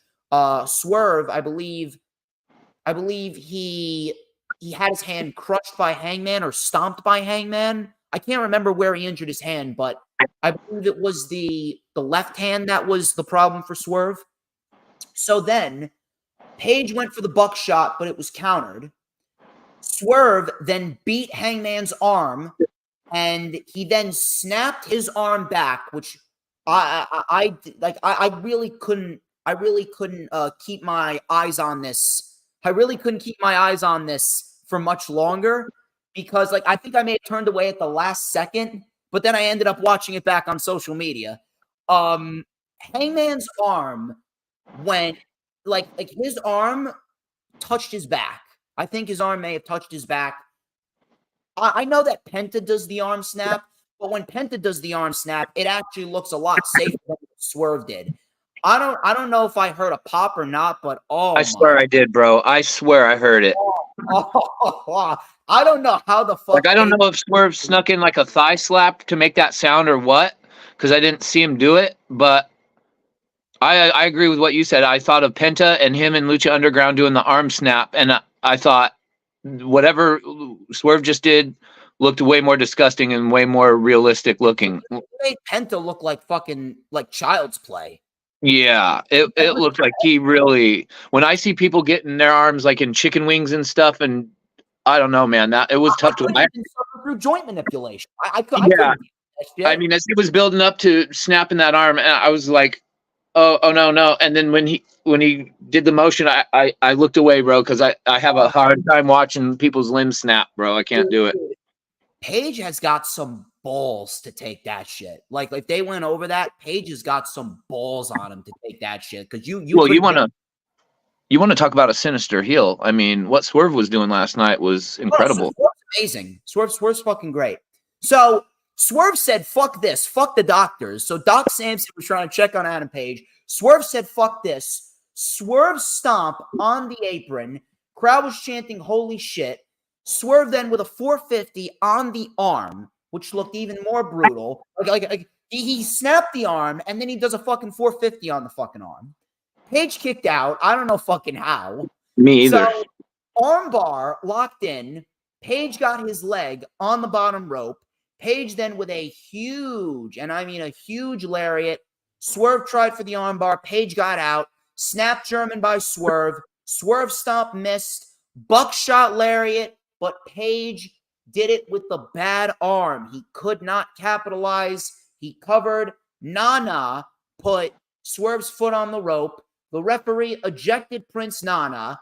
Page then went out to go shoo Prince Nana away. Back in the ring, Swerve hit Adam Page with Prince Nana's crown that had the jewels on it. We thought that was it. And Swerve kicked out again. Excellent near fall.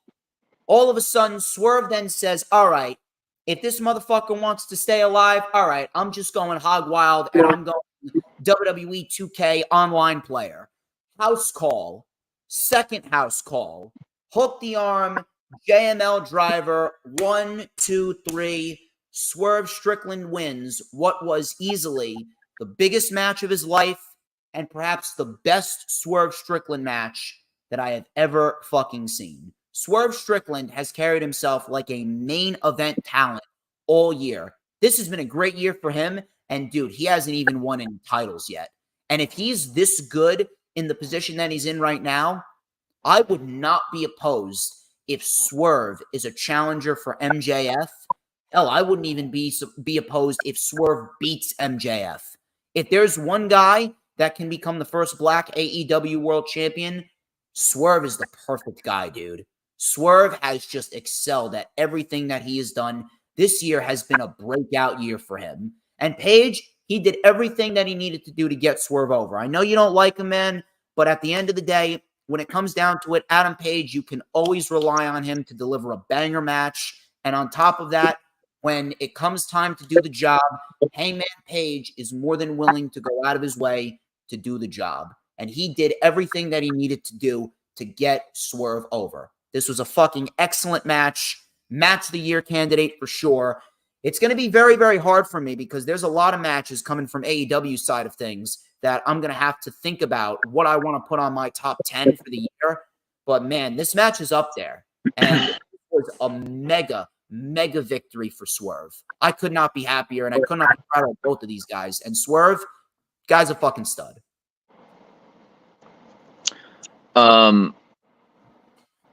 There's a number of things for me with this match. I don't know if I'd say it was the best Swerve match I've seen because still to this date, his Weapons of Mass Destruction match that he had in Lucha Underground with Marty the Moth is still some of the most insane shit I've seen in wrestling to this day, all these years later. But it was my favorite match that of Swerve's in AEW by far. And you know, here's the thing with Adam Page and me. Last night, I was kind of upset actually because I'm sitting there watching the match and I'm going, God damn it. Like as much shit as I talk about Adam Page on social media, and I just feel like he's such a smarmy little whiny, like I don't like him as a babyface. I think it just rubs me the wrong way and he comes off incredibly cringe.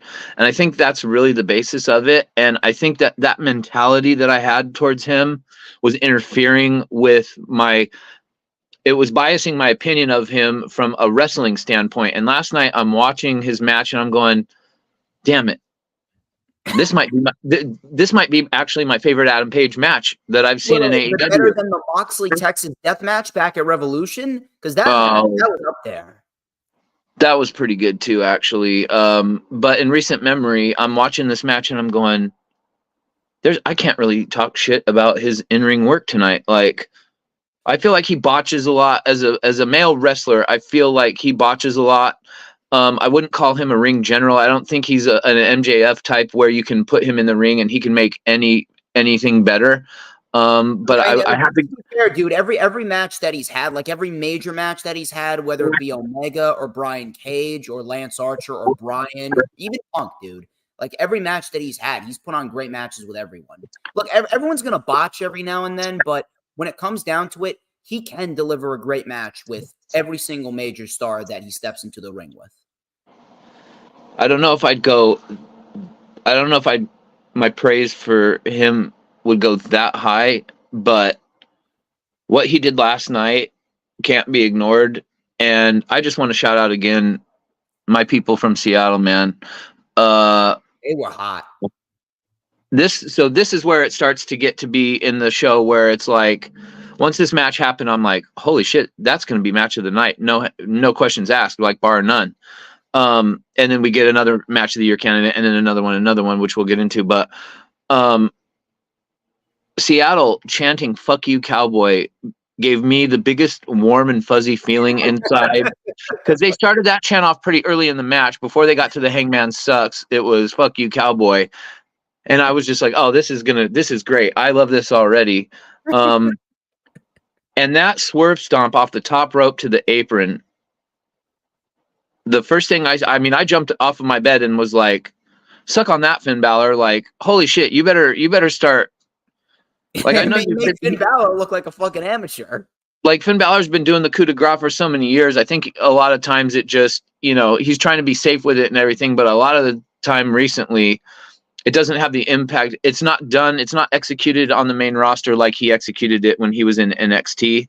And that swerve stomp off the top rope when he came down on Adam Page and then dropped all of his weight on and fell on top of him after the stomp. My God, man, I was like, holy shit. Dude, that was rough, man. But that was an epic match for sure. And I was so happy for Swerve, him being the home. Because, it's not often that we get a pay-per-view where 3 of the matches are hometown guys. So in my head, I'm going, okay, how's Tony Khan going to break this up? Like, clearly not all 3 hometown guys are going to lose. But what's he going to do? Have all of them win? Is that really believable? I didn't know how it was going to play out. In the main event. And we'll talk about that. But I actually had Darby winning. Like, as the match went on, like, I wanted Darby to win. And I saw all 3 of the Seattle guys winning their matches. So I'm thinking they can't. Huh? Who was the third one? Darby, Swerve, and Bryan Danielson. Oh, yeah. Duh. Wow. So I'm thinking there's no way Bryan Danielson's going to lose. I didn't think he was going to lose to Zack Sabre. I didn't think Swerve was.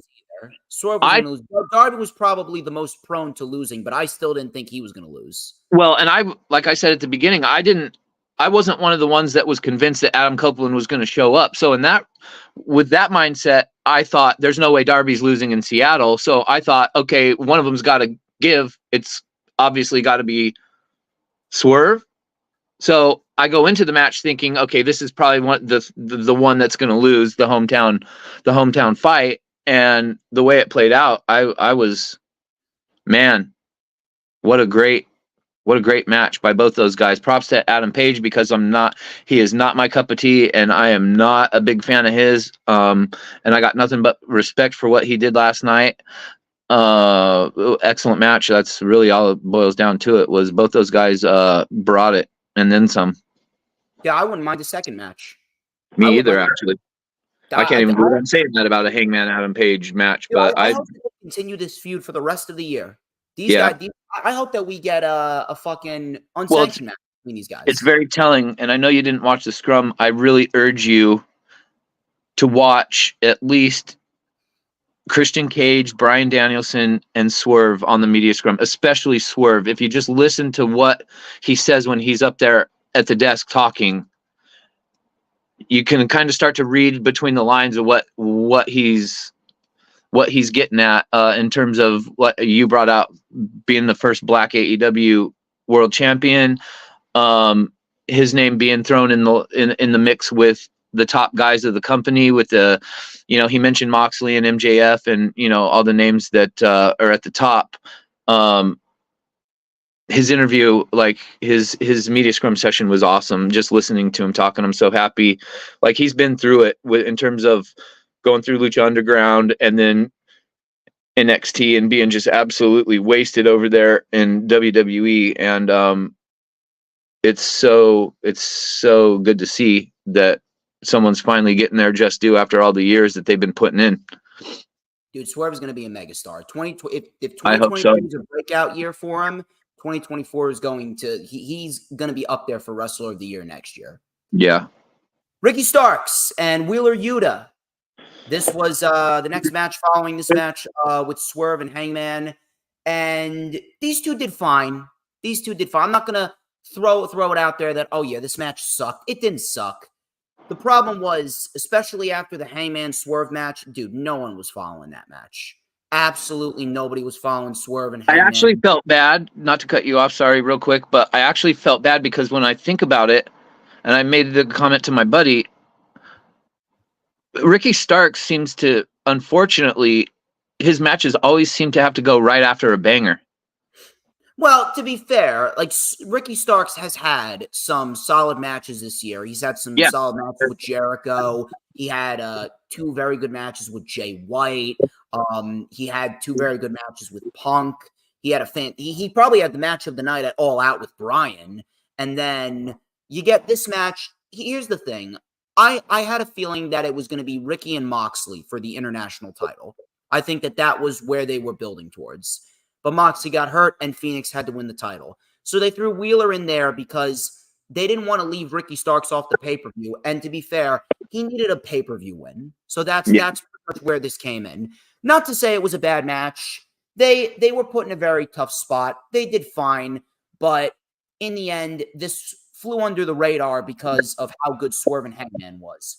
And I honestly feel like just by default, because of the placement of the match and the match that we got before, the match we got before it, unfortunately for me, one of the matches was going to have to be the piss break match because I was starving and I had to go get some dinner. And unfortunately, it had to be this match. So I was driving and kind of like looking down at my phone when I was at red lights, just catching glimpses of the match. So I didn't really see the full match in its entirety, to be honest. It was a decent 10-minute match. It wasn't too crazy. It did what it needed to do.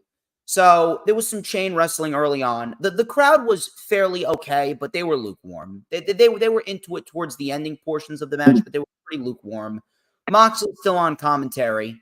Starks then with some stiff punches. So it's not like they bored the crowd to tears because they were getting physical with some punches and some stiff chops. Ricky with a old school tightrope walk. Nice suplex for a 2. Belly to belly by Starks. Wheeler then came in with a flying forearm off the top and an Olympic slam for a 2. Out came Big Bill. Starks with a tornado DDT. That got a 2. Yuta then was caught with a power bomb, and Ricky Starks put a lot of muster on that power bomb. That was very nice. Yuta then with the hammer and anvil elbows. Ricky with the hammer and anvil elbows, and Yuta was not happy. Yuta then with some forearms and chops. Starks with a lariat. Starks went up top. Yuta then shoved Starks into Big Bill. Yuta then sent Big Bill into the post. Hammer and anvil elbows on Starks. Seatbelt pin by Wheeler. Starks kicked out. Starks then with the spear and the Rochambeau. 1, 2, 3. Starks with the win while he stared down Jon Moxley. So I'm assuming that Jon Moxley and Ricky Starks is probably going to be a matchup that could very well be headlining Full Gear, which I would not mind whatsoever. I think that is another match that Ricky Starks is in need of to take him up a few notches. I think that Ricky Starks and Jon Moxley would absolutely tear the house down at Full Gear. And I do have to shout out Ricky Starks as well, because Ricky Starks, he's been having a pretty damn good year, and he hasn't won any titles at all. But he's been getting some big wins, competing in some big-time matches. He won the Owen Hart Cup tournament. He had a great match with Bryan at All Out. And tonight he gets a much-needed pay-per-view win. But in the end, I don't want to say it was a down point, but this flew under the radar, and no one was really talking about it in the end. You know what it kind of reminded me of? It reminded me of the Kyle O'Reilly Darby Allin match that we got at Double or Nothing 2022. Great match. It's just the crowd was just drained. It didn't need to happen. There's so many matches on between the 0 hour and the main card. Right before the show started, when they were talking about all the matches that were happening, I'm like, Jesus Lord, is it going to be a 6-hour pay-per-view or what? I mean, to be fair, the show flew by for me. It did. Now, I will say, in its entirety, as it happened, I looked at the clock, and I was like, "Oh shit, we've already been watching for 2 hours." Like it felt like 10 minutes. Oh, dude. They have really gotten their time management very, very solid for their pay-per-views, dude. Yeah, it's been better. No pay-per-view has surpassed 12 a.m. No pay-per-view has. Like the pay-per-views usually end like between 11:45 and 11:55. Like Tony Khan has done a very good job managing the time of his pay-per-views. But if you were going to put this match on the show, you should have put this match on 0 hour, and it should have been a 3-match card for 0 hour. Starks and Yuta, Nick Wayne, Luchasaurus, and then the trios match. That should have been on 0 hour. From there, we move into the Technical Wrestling Dream match. And speaking of crazy times, we've been going for 2.5 hours, and we got about 3 more matches to talk about after this match. Zack Sabre Jr. and Bryan Danielson. And I'm going to throw it out there. Like I said, technical wrestling is not for me. But I really do have to say that Bryan Danielson and Zack Sabre Jr., they made me extremely invested in every move that they were doing just because of how seamlessly they transitioned from move to move and how intense and physical it got down the home stretch. And it was physical. I feel as though the Josh Barnett and Claudio match was kind of sloppy at times from a technical standpoint. From a physical standpoint, it was fine. From a technical standpoint, it was very sloppy. But this match, dude, everything was smooth as fucking butter. It was like as smooth as, you know, you throw water on the floor and you toss a baseball on it and the baseball just rolls right through the water on a slick hardwood floor. That's pretty much how it is. Or if you take socks, you put socks on and you slide across a hardwood floor, smooth as that. That's how this match was. So the crowd was chanting, "This is awesome," and the match didn't even start yet. They didn't even lock up. Zack Sabre Jr. went for the injured arm, and I believe that they mentioned that there's a steel rod in that arm. So we had a lot of back and forth Romero stretches and stiff uppercuts, stomps to the arms, single leg crabs. The crowd was chanting, "This is wrestling." Bryan Danielson then with the hammer and anvil elbows on the top rope, and then he delivered an avalanche butterfly suplex. Double Fujiwara armbar and a single leg Boston Crab. Sabre got to the ropes. Bryan with the yes kicks. Now it started to really amp up. Big roundhouse kick to the head. Bryan then went for the Busaiko knee. They traded back and forth roll-ups and counters. The European clutch by Zack Sabre Jr., but Bryan was able to kick out. Everyone stood up. Everyone stood up and started clapping. The crowd was chanting, "This is awesome. This is awesome." We had a double armbar by Sabre, and this looked brutal. This looked not as brutal as what Swerve did to Hangman, but it looked just as brutal. It was a double Fujiwara where Bryan's arms and shoulders were pretty much bent out of shape right behind his body. Crowd was chanting, "Fight forever." Bryan then spit in Sabre's face. Bryan slapped Sabre silly. Both men with kick after kick. Bryan then with back elbows, a Michinoku driver by Sabre, double omoplata armbar. Double omoplata armbar, beautifully done. Danielson would not tap. I don't know how he survived. I probably would have tapped out after that. Bryan got his leg on the rope.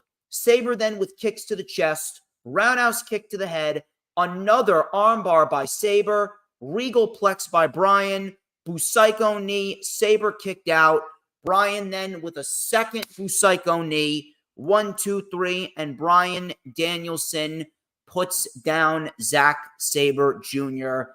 in an absolute technical masterpiece, a technical war, if I've ever fucking seen one. Pro wrestling at its finest.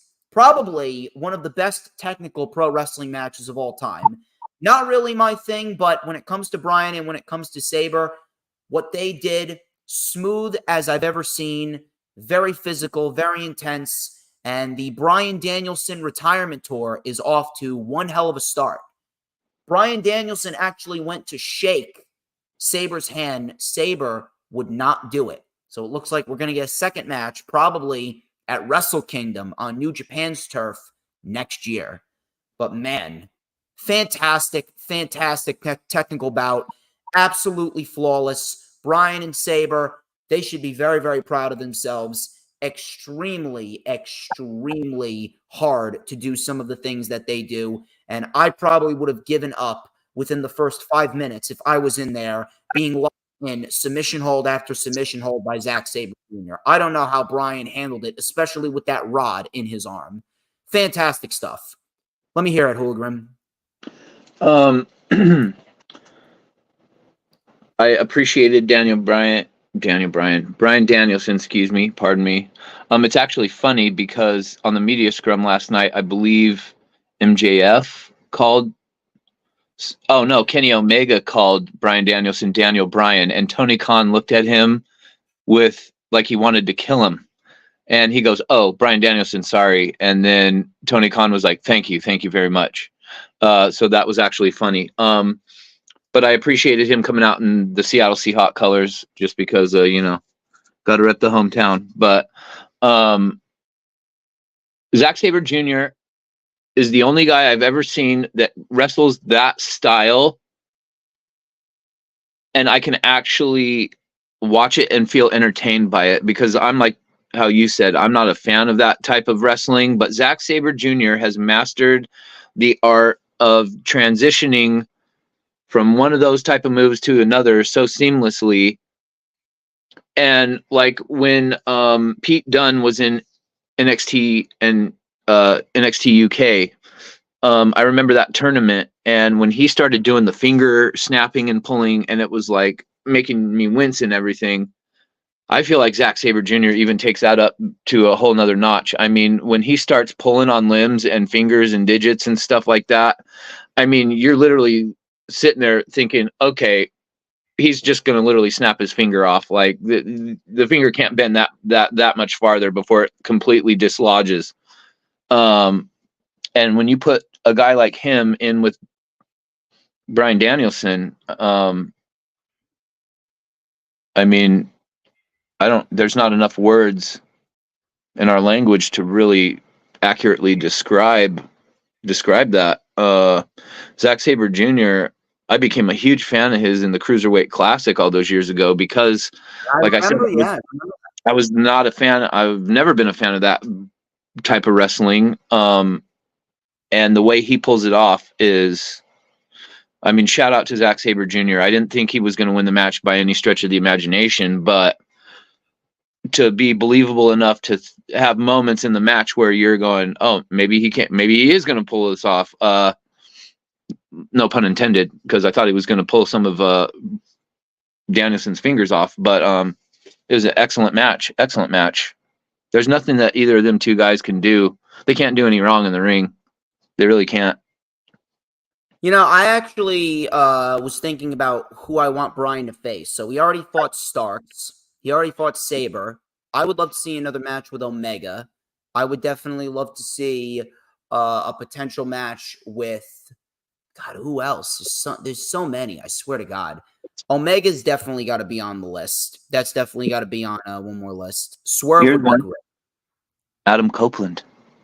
Oh, yeah, absolutely. Absolutely. We got to get that. We got to get him in Christian as well. I would love to see him in Darby. I don't think we've ever seen that. I don't think Adam Copeland, I don't think, has ever wrestled Bryan Danielson. No, I believe we were supposed to get it, but then Bryan then went to AEW. Now Adam Copeland's in AEW too. And I believe Adam, on the post, the media scrum last night, they were asking him who he's excited to face. And I believe he mentioned the fact, like, he's never wrestled Moxley. He's never wrestled. Oh, the first name he spit out. We'll get to that later. Anyways, but yeah, Adam Copeland and Bryan Danielson would be epic for his retirement tour. I think that could very well be a match that they could put on Revolution next year. Yeah, that'll be good. Chris Jericho, Kenny Omega, and Kota Ibushi. They took on Konosuke Takeshita, Sammy Guevara, and Will Ospreay. Now, I am fair with what I say, and I actually put out a criticism right here. I would not have done a 6-person tag. However, I will say this. The match was excellent. Match was fantastic. Match was hot. But me personally, we just got a 6-person tag team match at All In with Omega, Page, and Ibushi taking on Takeshita and Bullet Club Gold. If anything, I would have done Omega versus Sammy and Takeshita versus Ibushi one-on-one. That would have felt bigger in terms of, okay, this feels like a WrestleDream card. But I cannot take away anything that these 6 guys did in there. This was fun. This was very, very, very lively. The crowd was electric. Ibushi looked great. Takeshita and Omega had some great back and forth. And the right man was pinned by the right individual. And the Don Callis family is establishing themselves as quite the faction. And I'm very, very pleased with how the Don Callis family has been presented. So Ospreay and Jericho mixed it up a bit. We had a 6-way hockey fight. Triple planches by Jericho and Ibushi and Omega. Takeshita then with the Takeshita line, which is probably one of my favorite moves from Takeshita, the leaping Undertaker clothesline. Blue Thunder Bomb on Omega. Swanton Bomb by Sammy. Sammy is so much better as a heel. Ibushi saved it. Tagged to Jericho. He lit up Sammy with the double axe handle. He goes, come on, baby. We had the abdominal stretch. Tag to Ibushi. Ibushi and Jericho did the Le Sex Gods pose, which I actually laughed at. Ibushi then with a cover off a standing moonsault. That got a 2. Crowd was lively. Ibushi and Omega with double moonsaults to the floor. Lion salt by Jericho on Sammy for a 2. Powerbomb German combo by the Golden Lovers. German suplex on Ibushi right on his head. Jericho then was caught in between Takeshita and Ospreay. Jericho moved. Triangle dropkick on Takeshita. Hurricane Run on Ospreay. Tope Con Hero by Omega on Ospreay and Takeshita. Flying everywhere back and forth. Spanish Fly by Guevara. Shooting Star press to the floor. Code Breaker by Jericho. Ospreay saved it. Ospreay and Omega went at it, obviously teasing what is to come at Wrestle Kingdom next year. Snapdragon suplex on Ospreay. We had a snap cutter, power bomb on Ibushi, big knee by Takeshita on Kenny, codebreaker by Sammy on Jericho. Jericho kicked out at 1. Jericho was firing himself up. He was punching and chopping all 3 guys. Sammy then got punched by Ibushi. Ospreay took a big punch by Ibushi. Takeshita and Ibushi face to face. We had them going blow for blow. Big lariat by Takeshita. Big lariat by Ibushi. Double knee and a kick by the Golden Lovers on Ospreay. Double crossbody by Guevara.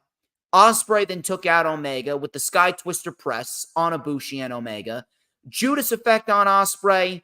Jericho with a Hurricane Rana off the top, but Jericho did not get the win because Ospreay very smartly had Aubrey Edwards tied up.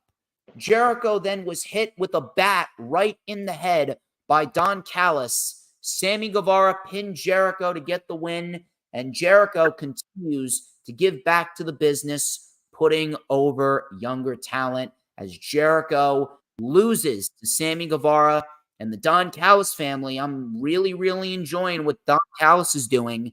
And the Don Callis family, they're establishing themselves as quite the faction, a faction to be taken seriously, actually. I realize that Ospreay really isn't there full time, but what he's doing with Sammy and Takeshita, Don Callis, that is, he is really elevating them up tenfold, especially Takeshita. Sammy was already being elevated. He's already a guy that they've had full investment in, but Takeshita, man, Takeshita's another one. You got Swerve, you got Starks. Takeshita's up there with the breakout stars this year. It's Takeshita, Swerve, Starks, Sky Blue, and Willow Nightingale. Those 5 individuals have really broken out of their shells, and they've become some really nice homegrown stars that are going to lead the company into the future. Really, really, really good stuff. And I'm loving what they're doing with Don Callis and his group of minions. Should be fun. And I can see Sammy and Jericho probably in an unsanctioned match, and maybe Kota Ibushi and Konosuke Takeshita probably at Full Gear. I think that would be great. So let me hear what you think, because we only got 2 more matches to dissect after this, and then we're going to wrap it up. We've been going for a while. I'm sure that a lot of people are looking to get out of here. Shout out to Kratos, by the way. Thank you very much for stopping by. It was a great match. The feud between Jericho and Omega that they had when AEW first started is still pretty fresh in my mind. So seeing them actually being on the same team last night was kind of wild. I was like, wow, I never would have thought this soon we'd see Omega and Jericho, teaming together for something, which was kind of cool. Great match. I go back again though. I love Takeshita. I didn't realize he's as big of a human being as he actually is, especially who was he in there with? Oh, when he was in there with Ibushi last night, and I'm going, my God, he looks massive standing next to Kota Ibushi. But everybody, if you're familiar with Kota Ibushi at all, you know his history and his more recent neck injury history. And them released German suplexes to him last night made me cringe.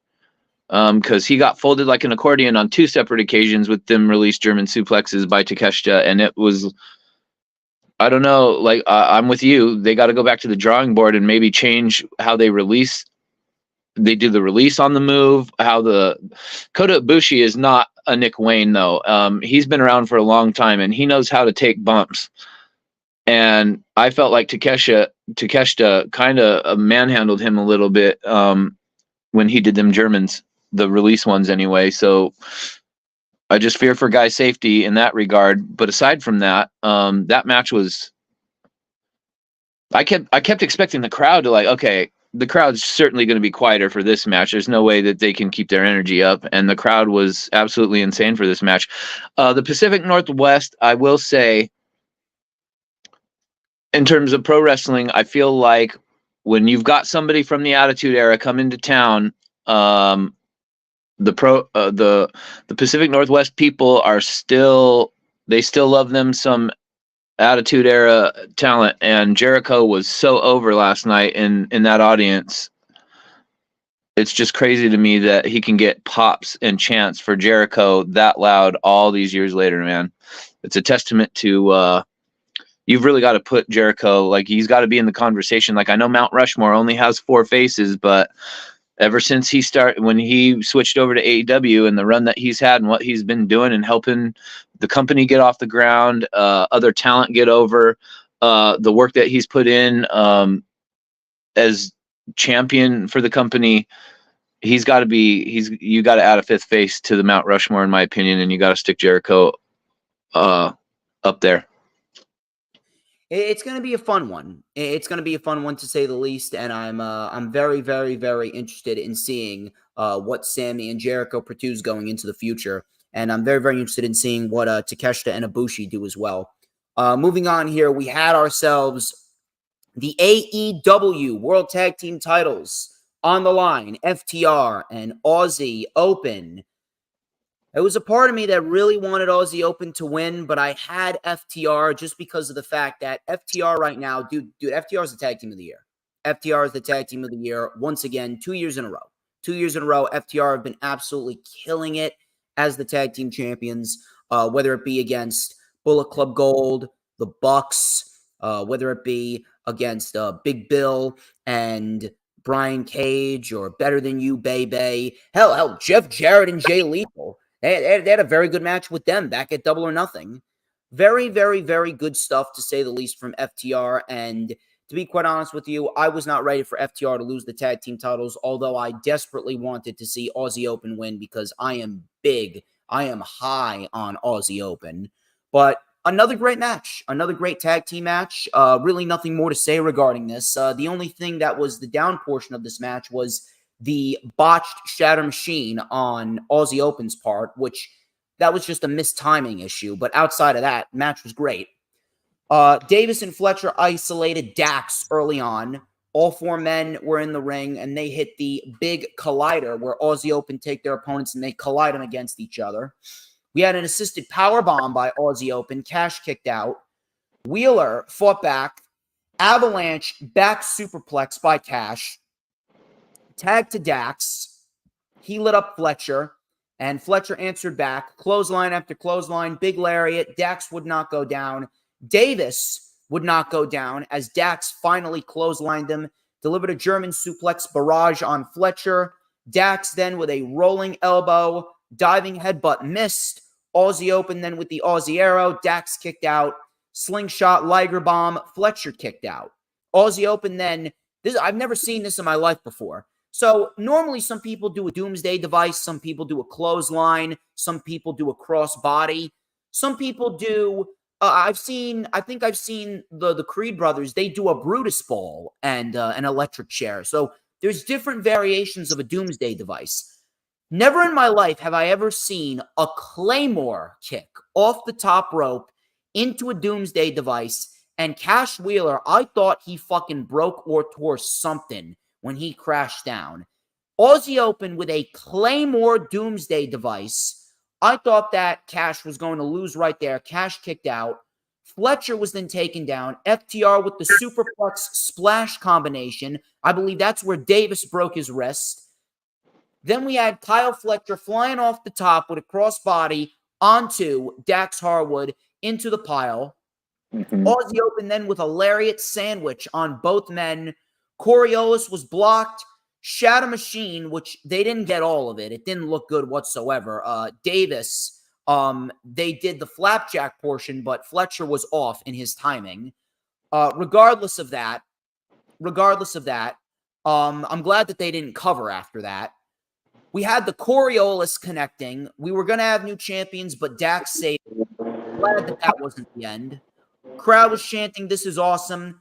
Dax and Cash with a spike pile driver on the apron to Mark Davis. Tope Suicida by Kyle Fletcher.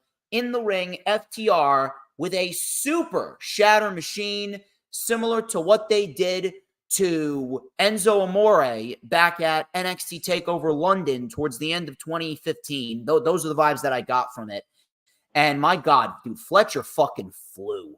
Fletcher fucking flew right into the knees of Cash Wheeler. Absolutely fucking excellent. It looked great.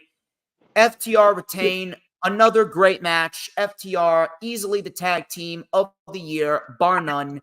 And FTR right now, dude, if this is the last 4 years of FTR wrestling in the ring, dude, they've had themselves one hell of an AEW World Tag Team title run. They're actually giving the Bucks a run for their money, because the Bucks, to me, were probably the best AEW World Tag Team champions, just based on how many great matches they put on back during 2021.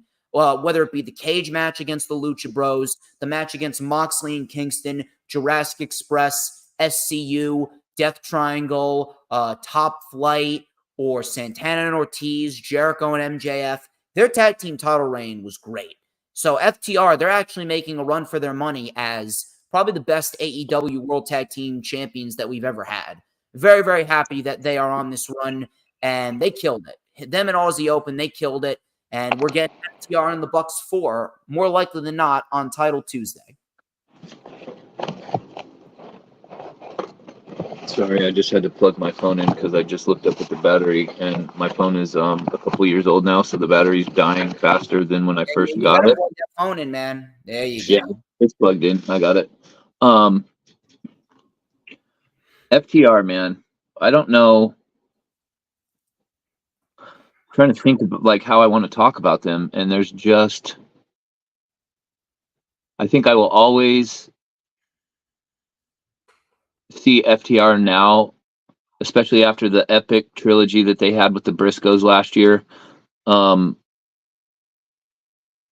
because of the tragedy and what happened with Jay. I think my personal attachment to the Briscoes has now shifted to FTR, because that was the Briscoes' last opponents in the ring, and the way that they've had them titles and the matches that they keep putting on. I told my buddy last night, I'm to the point where I don't even want to see another team beat FTR for those titles. FTR is one of the greatest tag teams of all time. And I've been watching wrestling for almost 4 decades. So, I've seen a lot of, I love tag team wrestling. I think tag team wrestling has probably always been my favorite.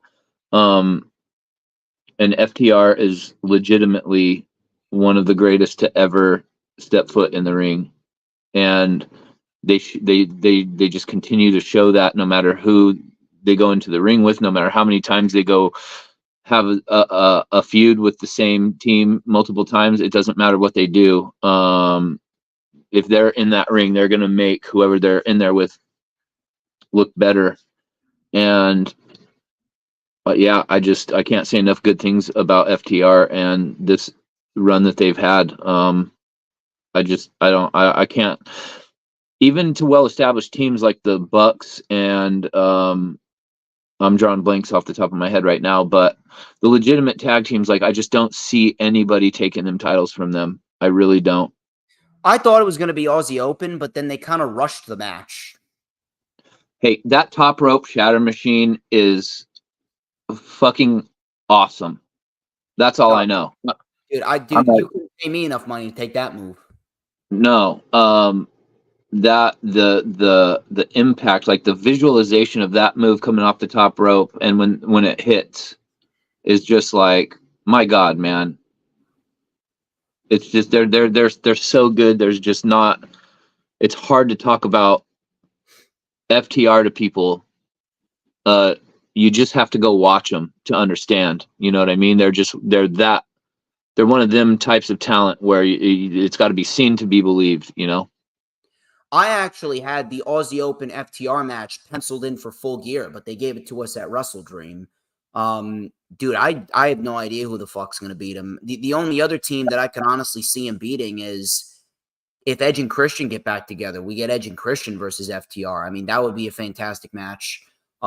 Jurassic Express, I believe, is probably going to get back together. Jack Perry is due back any day now after his suspension. He's been suspended for about 5 weeks now. I'm not sure how long his suspension is going to last after what happened at All In, but I'll keep you updated on that. I got to do some more research on that. I really don't know who else there is. Maybe the Kingdom. I think the Kingdom could do it because if anything, I honestly believe that Adam Cole, he's going to form a faction with the Kingdom, Roderick Strong, and a returning Kyle O'Reilly, and MJF's going to have no choice but to recruit the Pinnacle. And the Pinnacle is ultimately going to be MJF's answer to Adam Cole and his faction. And I believe that they trademarked the term Paragon. So if they want to, they could call their faction the Paragon. And if anything, the Kingdom could take the Ring of Honor World Tag Team titles from Better Than You, Baby. They could be the Ring of Honor World Tag Team champions.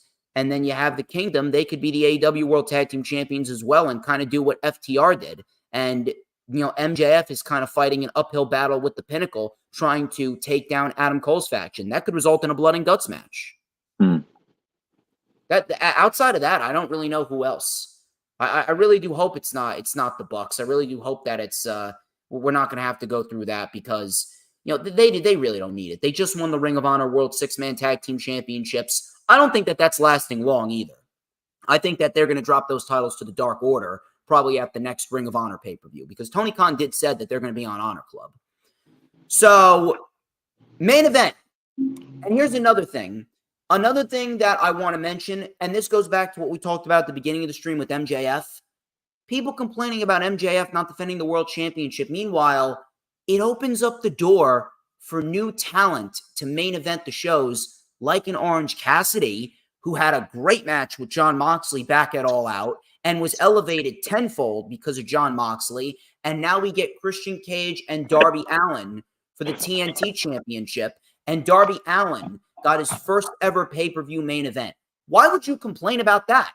And on top of that, it gives a great showcase to the mid-card championships. The International Championship felt very important on that night. And now the TNT Championship feels like it's getting back to where it needed to be when Darby was initially holding it and when Miro was initially holding it. I mean, it's perfect. And this was a great main event. This main event was hard to watch at some points. Well, at one point they had me convinced that Edge wasn't, or Adam Copeland wasn't showing up. And then once the match ended, because Nick Wayne came back out, right? So when Nick Wayne comes out, I'm thinking, okay, well, they're not going to debut Adam Copeland now because usually you don't see multiple interferences in a match from different people. So when Nick Wayne came out, I was kind of like, oh, they're going to say that's what they're doing. They're saving Adam Copeland. And then as it kept going, then once the match ended and then it wasn't over and they start Christian's pulling the ring mat off and exposing the 2x4s and they're continuing to put this, this beat down on Darby. Then it became apparent once they set up that concerto spot. I'm like, I mean, if this isn't a more perfect opportunity, there's never going to be a more perfect time to debut Adam Copeland than this moment right here. So if you don't do it tonight, I don't know what you're waiting for. And then the lights go out. And as soon as the lights go out, I got goosebumps on my arms right now talking about it. My hair just stood up. And then my buddy's going, because the lights are off for a good minute. 30 seconds, whatever. And my buddy's going, is it going to be Edge? Like, and then they show the car. And I don't know, I didn't see anybody catch this last night. Nobody talked about it, and I didn't see anybody type about it. But in that vignette, after you hear the car revving up and then it's driving through the streets of Seattle or whatever, they go to a top-down view of the street, and it's like the car's driving, and you can see the road is moving in the shot, and in words painted on the street said "rated R." And I don't know if anybody caught that. Yeah, and so when it said rated R and the car drove over it, and I was like, no way they fucking did it. And then you get to hear in the post show media scrum, Adam Copeland talks a little bit about how him and Darby filmed the vignette like 2 days ago when he got to Seattle. And that was their first time meeting each other and whatnot. And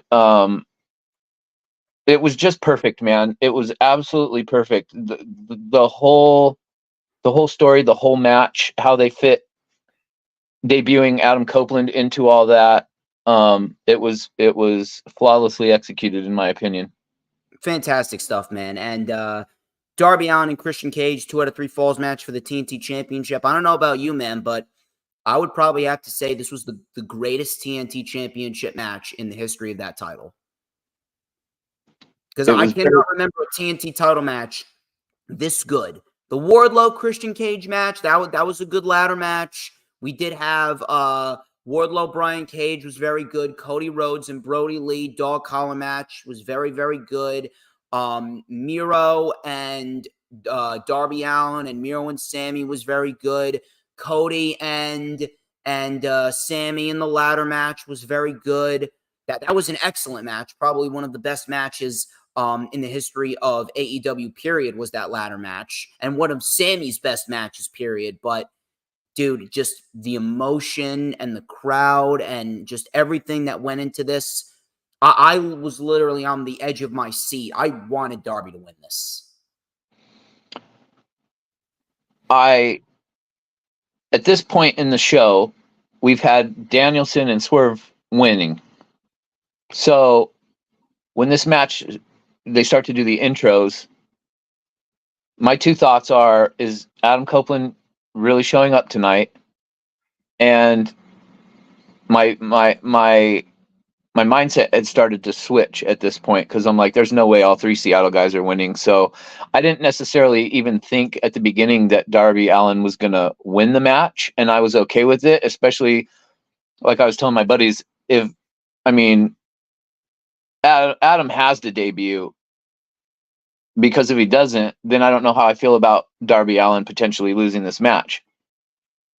That being said, also, the media scrum last night was, I'm not joking, it was about as long as the pay-per-view was. It went well over 3.5 hours long. But if you find it, Christian's portion of the media scrum might have been my favorite of all the interviews, him and Swerve. For one, he absolutely verbally annihilates Bryan Alvarez. Oh my God, MJF started the media show scrum and started off by burying Bryan Alvarez. And then Christian Cage towards the end of the media scrum takes it a whole nother level and absolutely shits on Bryan Alvarez. I was like, oh God, this is like, yikes. Yeah, it was, because I didn't know if he was actually telling him. What did he do? Right? So, and Bryan Danielson, obviously from being from the Pacific Northwest, knows Bryan Alvarez, and they kind of have a cool little back and forth at one point. But if you're going to watch anybody in terms of facilitating the storyline that's going on with their character, I hope you get 5 minutes, 10 minutes of free time. I really want you to see Christian Cage's portion of the media scrum, because he was subliminally firing shots at MJF. And I don't know if it was kayfabe. I don't know if there's some backstage stuff between them two, but Christian Cage's literal words out of his mouth were, "I am the biggest star in this company. I've made the he's like, I made the TNT championship, and there's not a more prestigious title in the company. And I felt like those were all directed at MJF. So Dude, if we get Christian and MJF, you could take my money. Man, if that's where they're going, I felt like based on Christian Cage being the end of they kind of bookended the media scrum, and I just felt like subliminally there's little seeds being planted, especially after what Christian Cage said last night. It was a epic TNT championship match. It was an epic main event. I couldn't believe that that's Darby's first pay-per-view main event. The spot that he's got.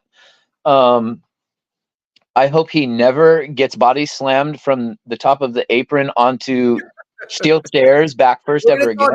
We're gonna talk about that. The man is such a psychopath that he literally comes down to the ring and is slapping his skateboard against the post so hard that it ricochets, hits him in the cheek, and cuts himself open before the match even starts. He's got blood dripping all out of his face. Also, when you get to the media scrum and Darby Allin, he was in the middle. He kind of was in the middle of the pack on the media scrum. But to hear him talking and kind of give a little insight as to his journey in pro wrestling and where he's at now, you could hear the passion. You could hear the how grateful he was to be in the spot that he's in. So many things about that main event, man, culminated into one. It just, when there's little tidbits here and there and they fuse them all together into one big thing, and that's what we get out of it as a main event like that, there's literally nothing there's nothing anybody could say about that match negatively. There's just literally nothing.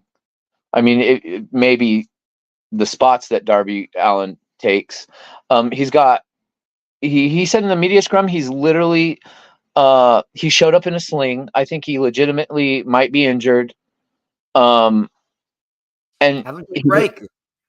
Obviously, so me being on the West Coast, I'm 3 hours behind you. So yeah, I'm trying to think. 5 p.m. like my time. So I'm gonna have to get home after this because I gotta take a shower and dinner. I gotta take my notes for Raw. Yeah, we and then this week is billing week at my job, so fuck me, I guess. I think it was about the 3:30 a.m. East Coast hour around that time period. And Darby Allin, it's well after midnight here, and he was talking to Tony. He comes walking up, and Tony Khan's like, "Oh, he's like, it's good to see you. I'm surprised you're still around." And he was like, "Yeah." He was like, "I got to get up early in the morning because today he was meeting with somebody in Seattle. He's planning an excursion with a team of people to climb Mount Everest." Darby Allin, dude, I think the guy's legitimately insane. This guy he's taking bumps. I mean, he's got a cut on his face. His arm is in a sling. I'm thinking his back and his ribs. There's no way you can land that steel spot that he took 2 bumps on, that steel stair spot, and it not legitimately hurt, or I don't know. And then I'm like, and he's waking up like in 3 hours to go have a meeting about climbing Mount Everest. I'm like, this guy he's a different breed, that Darby Allin. I don't care. You can say whatever about his size, his look. You can find little things to nitpick about him, but he's got a pain tolerance unlike any other pro wrestler I think I've ever seen. Dude, he's gonna be a world champion one of these days. I really do hope that they give him a good solid run with it. So Christian, he got a little too cocky early on in this match. Darby then pulled the turtleneck over his face, jackknife cover, and he gets the first fall. So right out of the gate, it is 1-0 Darby. Christian then went over to Nick Wayne's mother, and dude, is that really his mother? Holy, okay. I'm sorry, dude, but holy fuck. 2 things. When they first showed her, when Nick Wayne and Luchasaurus were on the pre-show, I'm not joking when I say this. I've seen that woman's face somewhere else outside of pro wrestling before. to the point where I was telling my buddy, is that his real mother? Is this like a stand-in? Like, I'm pretty sure that woman's an actress. I'm going to do some research later on into it, but I'm pretty sure I've seen her on some other televised program before last night. There was just an aura about her. I was like, there's no way this is his real mother. There's no way. She's got to be an actress of some type. She really does. Dude, if that's his real mother, my God. I'm going to keep it PG right here. So Christian Cage tried to take advantage. Code Red by Darby for a 2. Springboard crossbody for a 2. Christian then tossed Darby out of the ring and into the guardrail. Nick Wayne's mom then threw a drink in Christian's face. Tope suicida by Darby. Coffin drop to the floor. Coffin drop in the ring, but Christian got the knees up. Christian then sent Darby off the apron into the announce table. There were ring steps set up at ringside. Christian then suplexed Darby onto the steps. He didn't get all of it, and then Christian said, "Fuck this. He hasn't gotten enough damage." He body slams Darby off the apron, and Darby Allin's spine and arm legitimately hit the edge of the ring steps. And I swear to God, I did not know how he got up after that. I legitimately thought his spine was cracked. I legit thought his spine was cracked. His arm was cracked. Everything about him was cracked. This guy has the durability of a fucking diamond. I swear to God. This guy cannot be penetrated. I don't know how he handles the pain that he deals with. So Darby could not get back in the ring, and he won via countout. Did Christian. So he tied the score up 1-1. So at this point, Christian starts untying the knots that had the ring mat on the ring, untied the knots, and exposed the wooden mat as Darby was being carried away on a gurney. Christian Cage, at 50 years old, like a fucking maniac, I don't know how Christian Cage is still in this good a shape.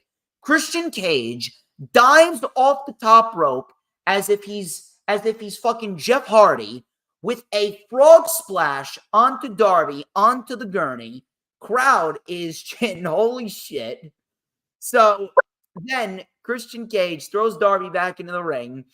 Christian Cage was then given chance of "you sick fuck."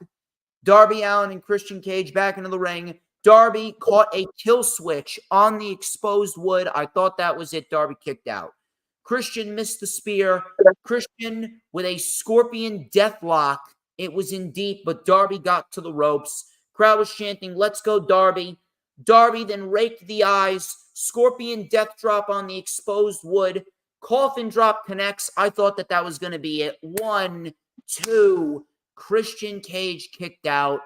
Darby was then crotched on the top turnbuckle.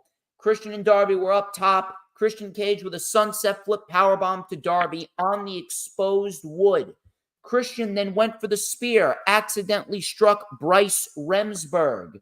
He got the TNT title. All of a sudden, Nick Wayne came out, took the title. He stood face to face with Darby.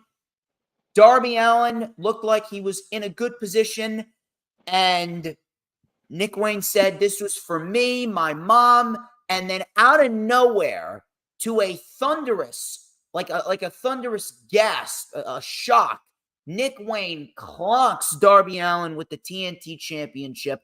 I predicted that Nick Wayne was going to turn. I didn't think he was going to be here.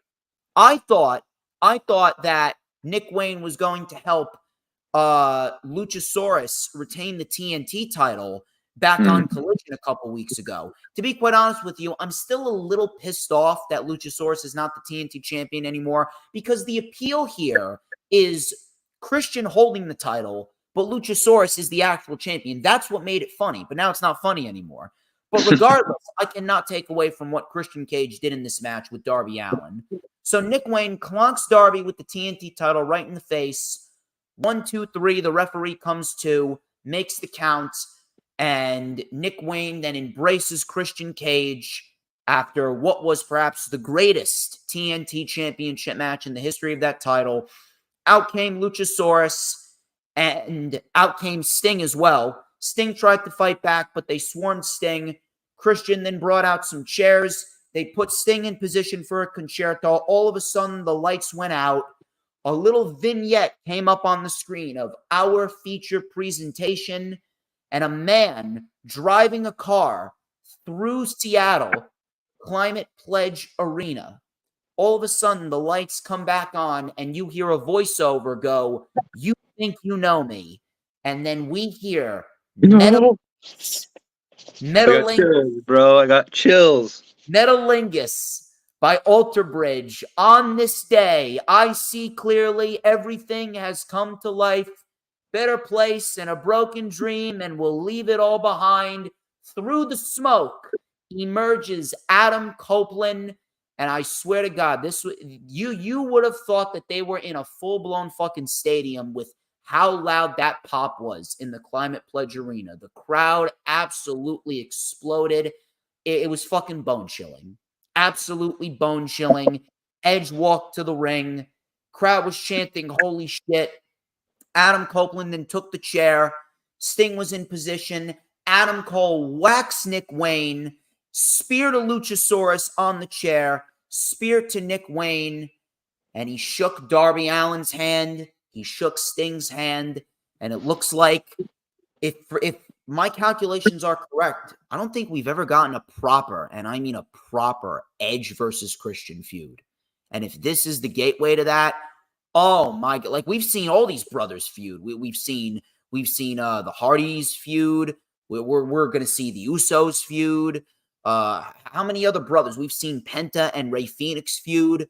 I don't think we've ever seen an Edge and Christian, who are basically brothers. I don't think we've ever seen them feud. I think this would be the first time ever that we're gonna see a legit Edge and Christian feud. Dude, absolute goosebumps, and easily the best AEW debut since when Bryan Danielson and Adam Cole came in over 2 years ago at All Out. Absolutely amazing. You're not even gonna throw CM Punk's debut in there? I said since Bryan and Adam Cole. Punk was before them. Oh, was it? Yes, Punk was before Bryan and Cole. Cole and Bryan came legit two weeks after Punk. Oh, that's right. I totally forgot about that. That's why I'm going based off that. Gotcha. But listen, Punk's debut was that was probably one of my favorite moments of all time. That was probably one of the greatest moments in pro wrestling's history. But yeah, it's a shame how it ended. But however, I'll say this: the amount of matches that got left on the table because of Punk ending up getting fired from the company, the stuff that we were also happy that we were potentially going to see with Punk being back and all the dream matches, getting Adam Copeland in the company, not a bad replacement. Not a bad replacement, because we've got a whole world of new, never before seen dream matches coming our way. And Adam Copeland's not going to be the same type of backstage persona and ego that Phil Brooks is. Like, dude, Adam Copeland's dude. Edge is legit one of the most genuine individuals to come out of the wrestling world. Like Vince Russo always says, "Oh, you can never go into the wrestling world and come out a decent guy." Look at Edge. No one has an issue with Edge. Absolutely nobody. That's because Edge wasn't. Christian's a valuable asset too. That's because Edge wasn't a decent guy early on in his career, right? Well, at least he learned his lesson. At least he's learned his lesson. But fantastic stuff. Absolutely bone-chilling. And if this was a new era for AEW, man, the rated R era is going to be one hell of a fucking era. And on top of that, they got Mercedes Moné coming in any day now. So you want to talk about, bringing in some game changers. Those are some game changers. And the fact that they could get on HBO Max soon, I think that we could be looking at the AEW of old. Like, we could be looking at 2021 AEW coming back to us sooner rather than later, because this last month for AEW with All In, All Out, Grand Slam, and then WrestleDream, dude, they've been firing on all fucking cylinders as of lately. They're really hitting all the right strides that they possibly can. And Title Tuesday looks pretty damn good. Tony Khan also said on the Scrum last night that I think Rocky Romero was there sitting with him. He mentioned Inoki's family was there.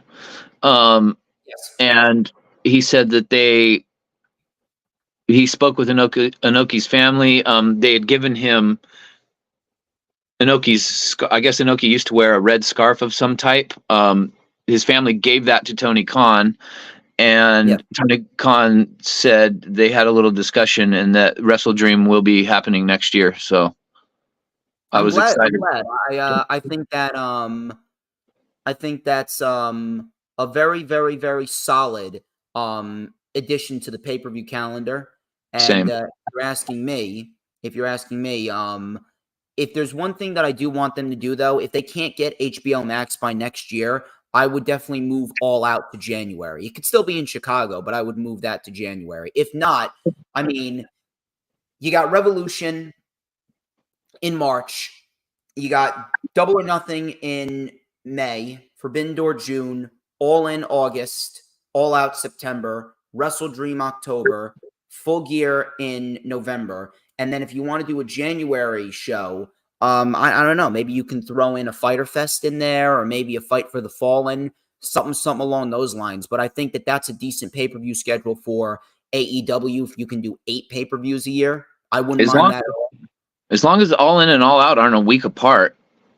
Listen, I don't mind them being a week apart, but paying $50 for them both within the same week, that's a little bit of overkill. If it's on HBO Max, I have no problem with it because, dude, All In and All Out, I can't remember the last time we saw a back-to-back pay-per-view like duo like that was that good.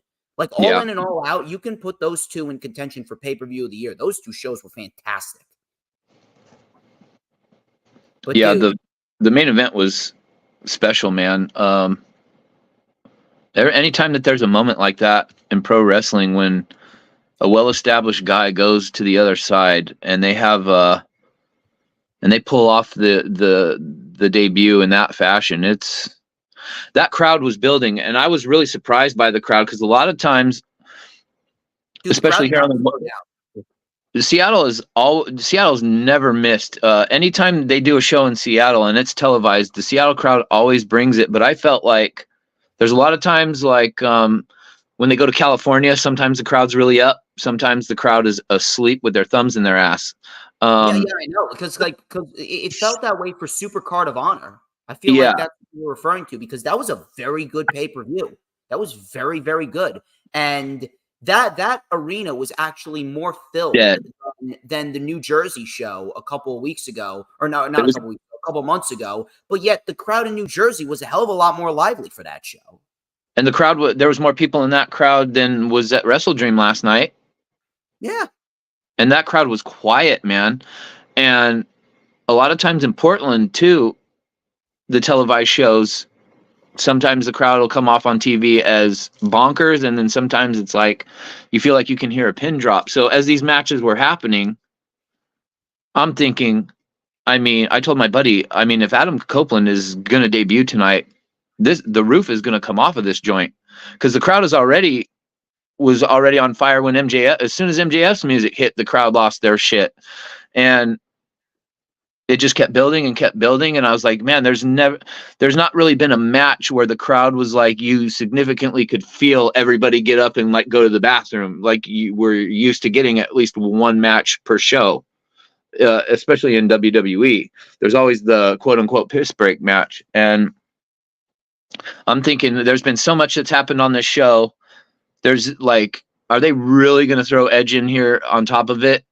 Like, I couldn't even fathom it. And then when they set up that concerto spot, first of all, the spots that guys were taking on the hardwood boards was crazy.